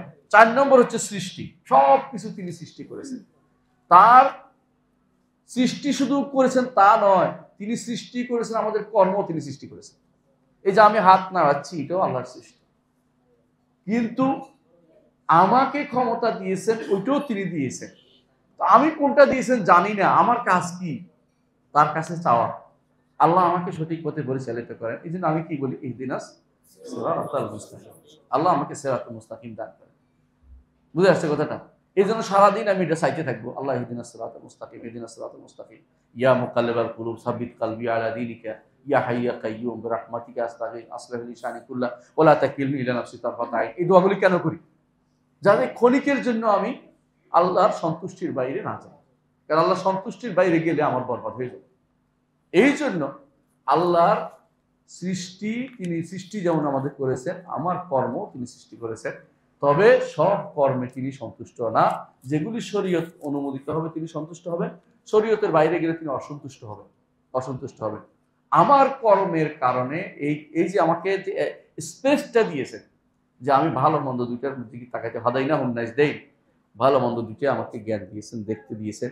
এখানেও আবার আল্লাহর কাছে কাকুতি মিনতি করে কাঁদতে হবে, আল্লাহ আপনি তো দুইটা পথ দিয়েছেন, আমাকে দয়া করে ভালোর দিকে দেন, আমাকে হেদায়েতের দিকে দেন। আমি ওই দলারের দিকে যেতে চাই না। যত বেশি কান্না করবেন তত বেশি এটা পাবেন, আর যত বেশি চিন্তা করবেন আল্লাহ এটা কেন দেখলো, তাহলে প্রশ্ন হারামের দিকে যাবে। কারণ রাসূলুল্লাহ সাল্লাল্লাহু আলাইহি ওয়াসাল্লাম বলে, আল্লাহ তাআলা বলেছেন লা ইউসআলু মা ইয়াফআল, তিনি কি করবেন তোমার প্রশ্ন করার কোনো সুযোগ নেই। কারণ তুমি দাসের উচিত না মনিবের উপরে কথা বলা। দাসের উচিত না মনিব কি করবেন একটা প্রশ্ন করবে, অর্থ হচ্ছে বিপদে পড়ছে। এই কাজগুলি ইবলিস যেমন করছে, তো মুশরিকরা করছে, অনুরূপভাবে এই কাজগুলি এর আগে আরো কিছু মানে মাজুসরা করেছে। মাজুসরা এই ভেজাল থেকে বাঁচার জন্য কি করছে জানেন? কয় যে না, ভালো কর্মগুলোই আল্লাহ চায়, খারাপ কর্মগুলি অন্য শয়তান চায়, সেই জন্য হয় না। শয়তান তৈরি করছে মনে করেন, এই জন্য তারা দুই আল্লাহ বিশ্বাসী। আর হিন্দুরা তিন আল্লাহ, একজন সৃষ্টি করছে, একজনে কল্যাণকামী আছে, একজন ধ্বংসকামী বানিয়েছে, তিনজন বানিয়েছে। এগুলো সব হলে পথভ্রষ্টতা, বিবেক। আল্লাহ বিবেকের আদর্শচ্যুতি। আল্লাহ তাআলা সব কিছু সৃষ্টি করেছেন, সব কিছু তিনি নির্ধারণ, আমাদের আমলও তিনি সৃষ্টি করেছেন। আমি মৃত্যুর আগ পর্যন্ত একটা কাজ করে দিতে হবে, কি আল্লাহর কাছে নথি স্বীকার করে দিতে, আল্লাহ আমাকে মৃত্যুর আগেও আপনি আমাকে পথভ্রষ্ট করেন না, একদম লাস্ট মোমেন্ট পর্যন্ত আউযু বিআজমাতিকা, আপনার আজমতের কাছে আমি চাচ্ছি যে কোনোভাবেই যেন আমি পথভ্রষ্ট না হই। এটা হচ্ছে আজমতের বর্ণনা। মহান রব্বুল আলামিনের এগুলি জানলে আপনার আল্লাহ তাআলা সম্পর্কে আজমত বাড়বে না কমবে? এই জন্য আমরা এই হাদিসটি আজকে পড়লাম। ইনশাআল্লাহ আমরা এখানেই শেষ করছি। আল্লাহ আমাদের বুঝার তৌফিক দান করুন। দ্বিতীয় হাদিসটা আমাদের পড়া হবে ইনশাআল্লাহ, তৃতীয় হাদিস আমরা পরে পড়ব।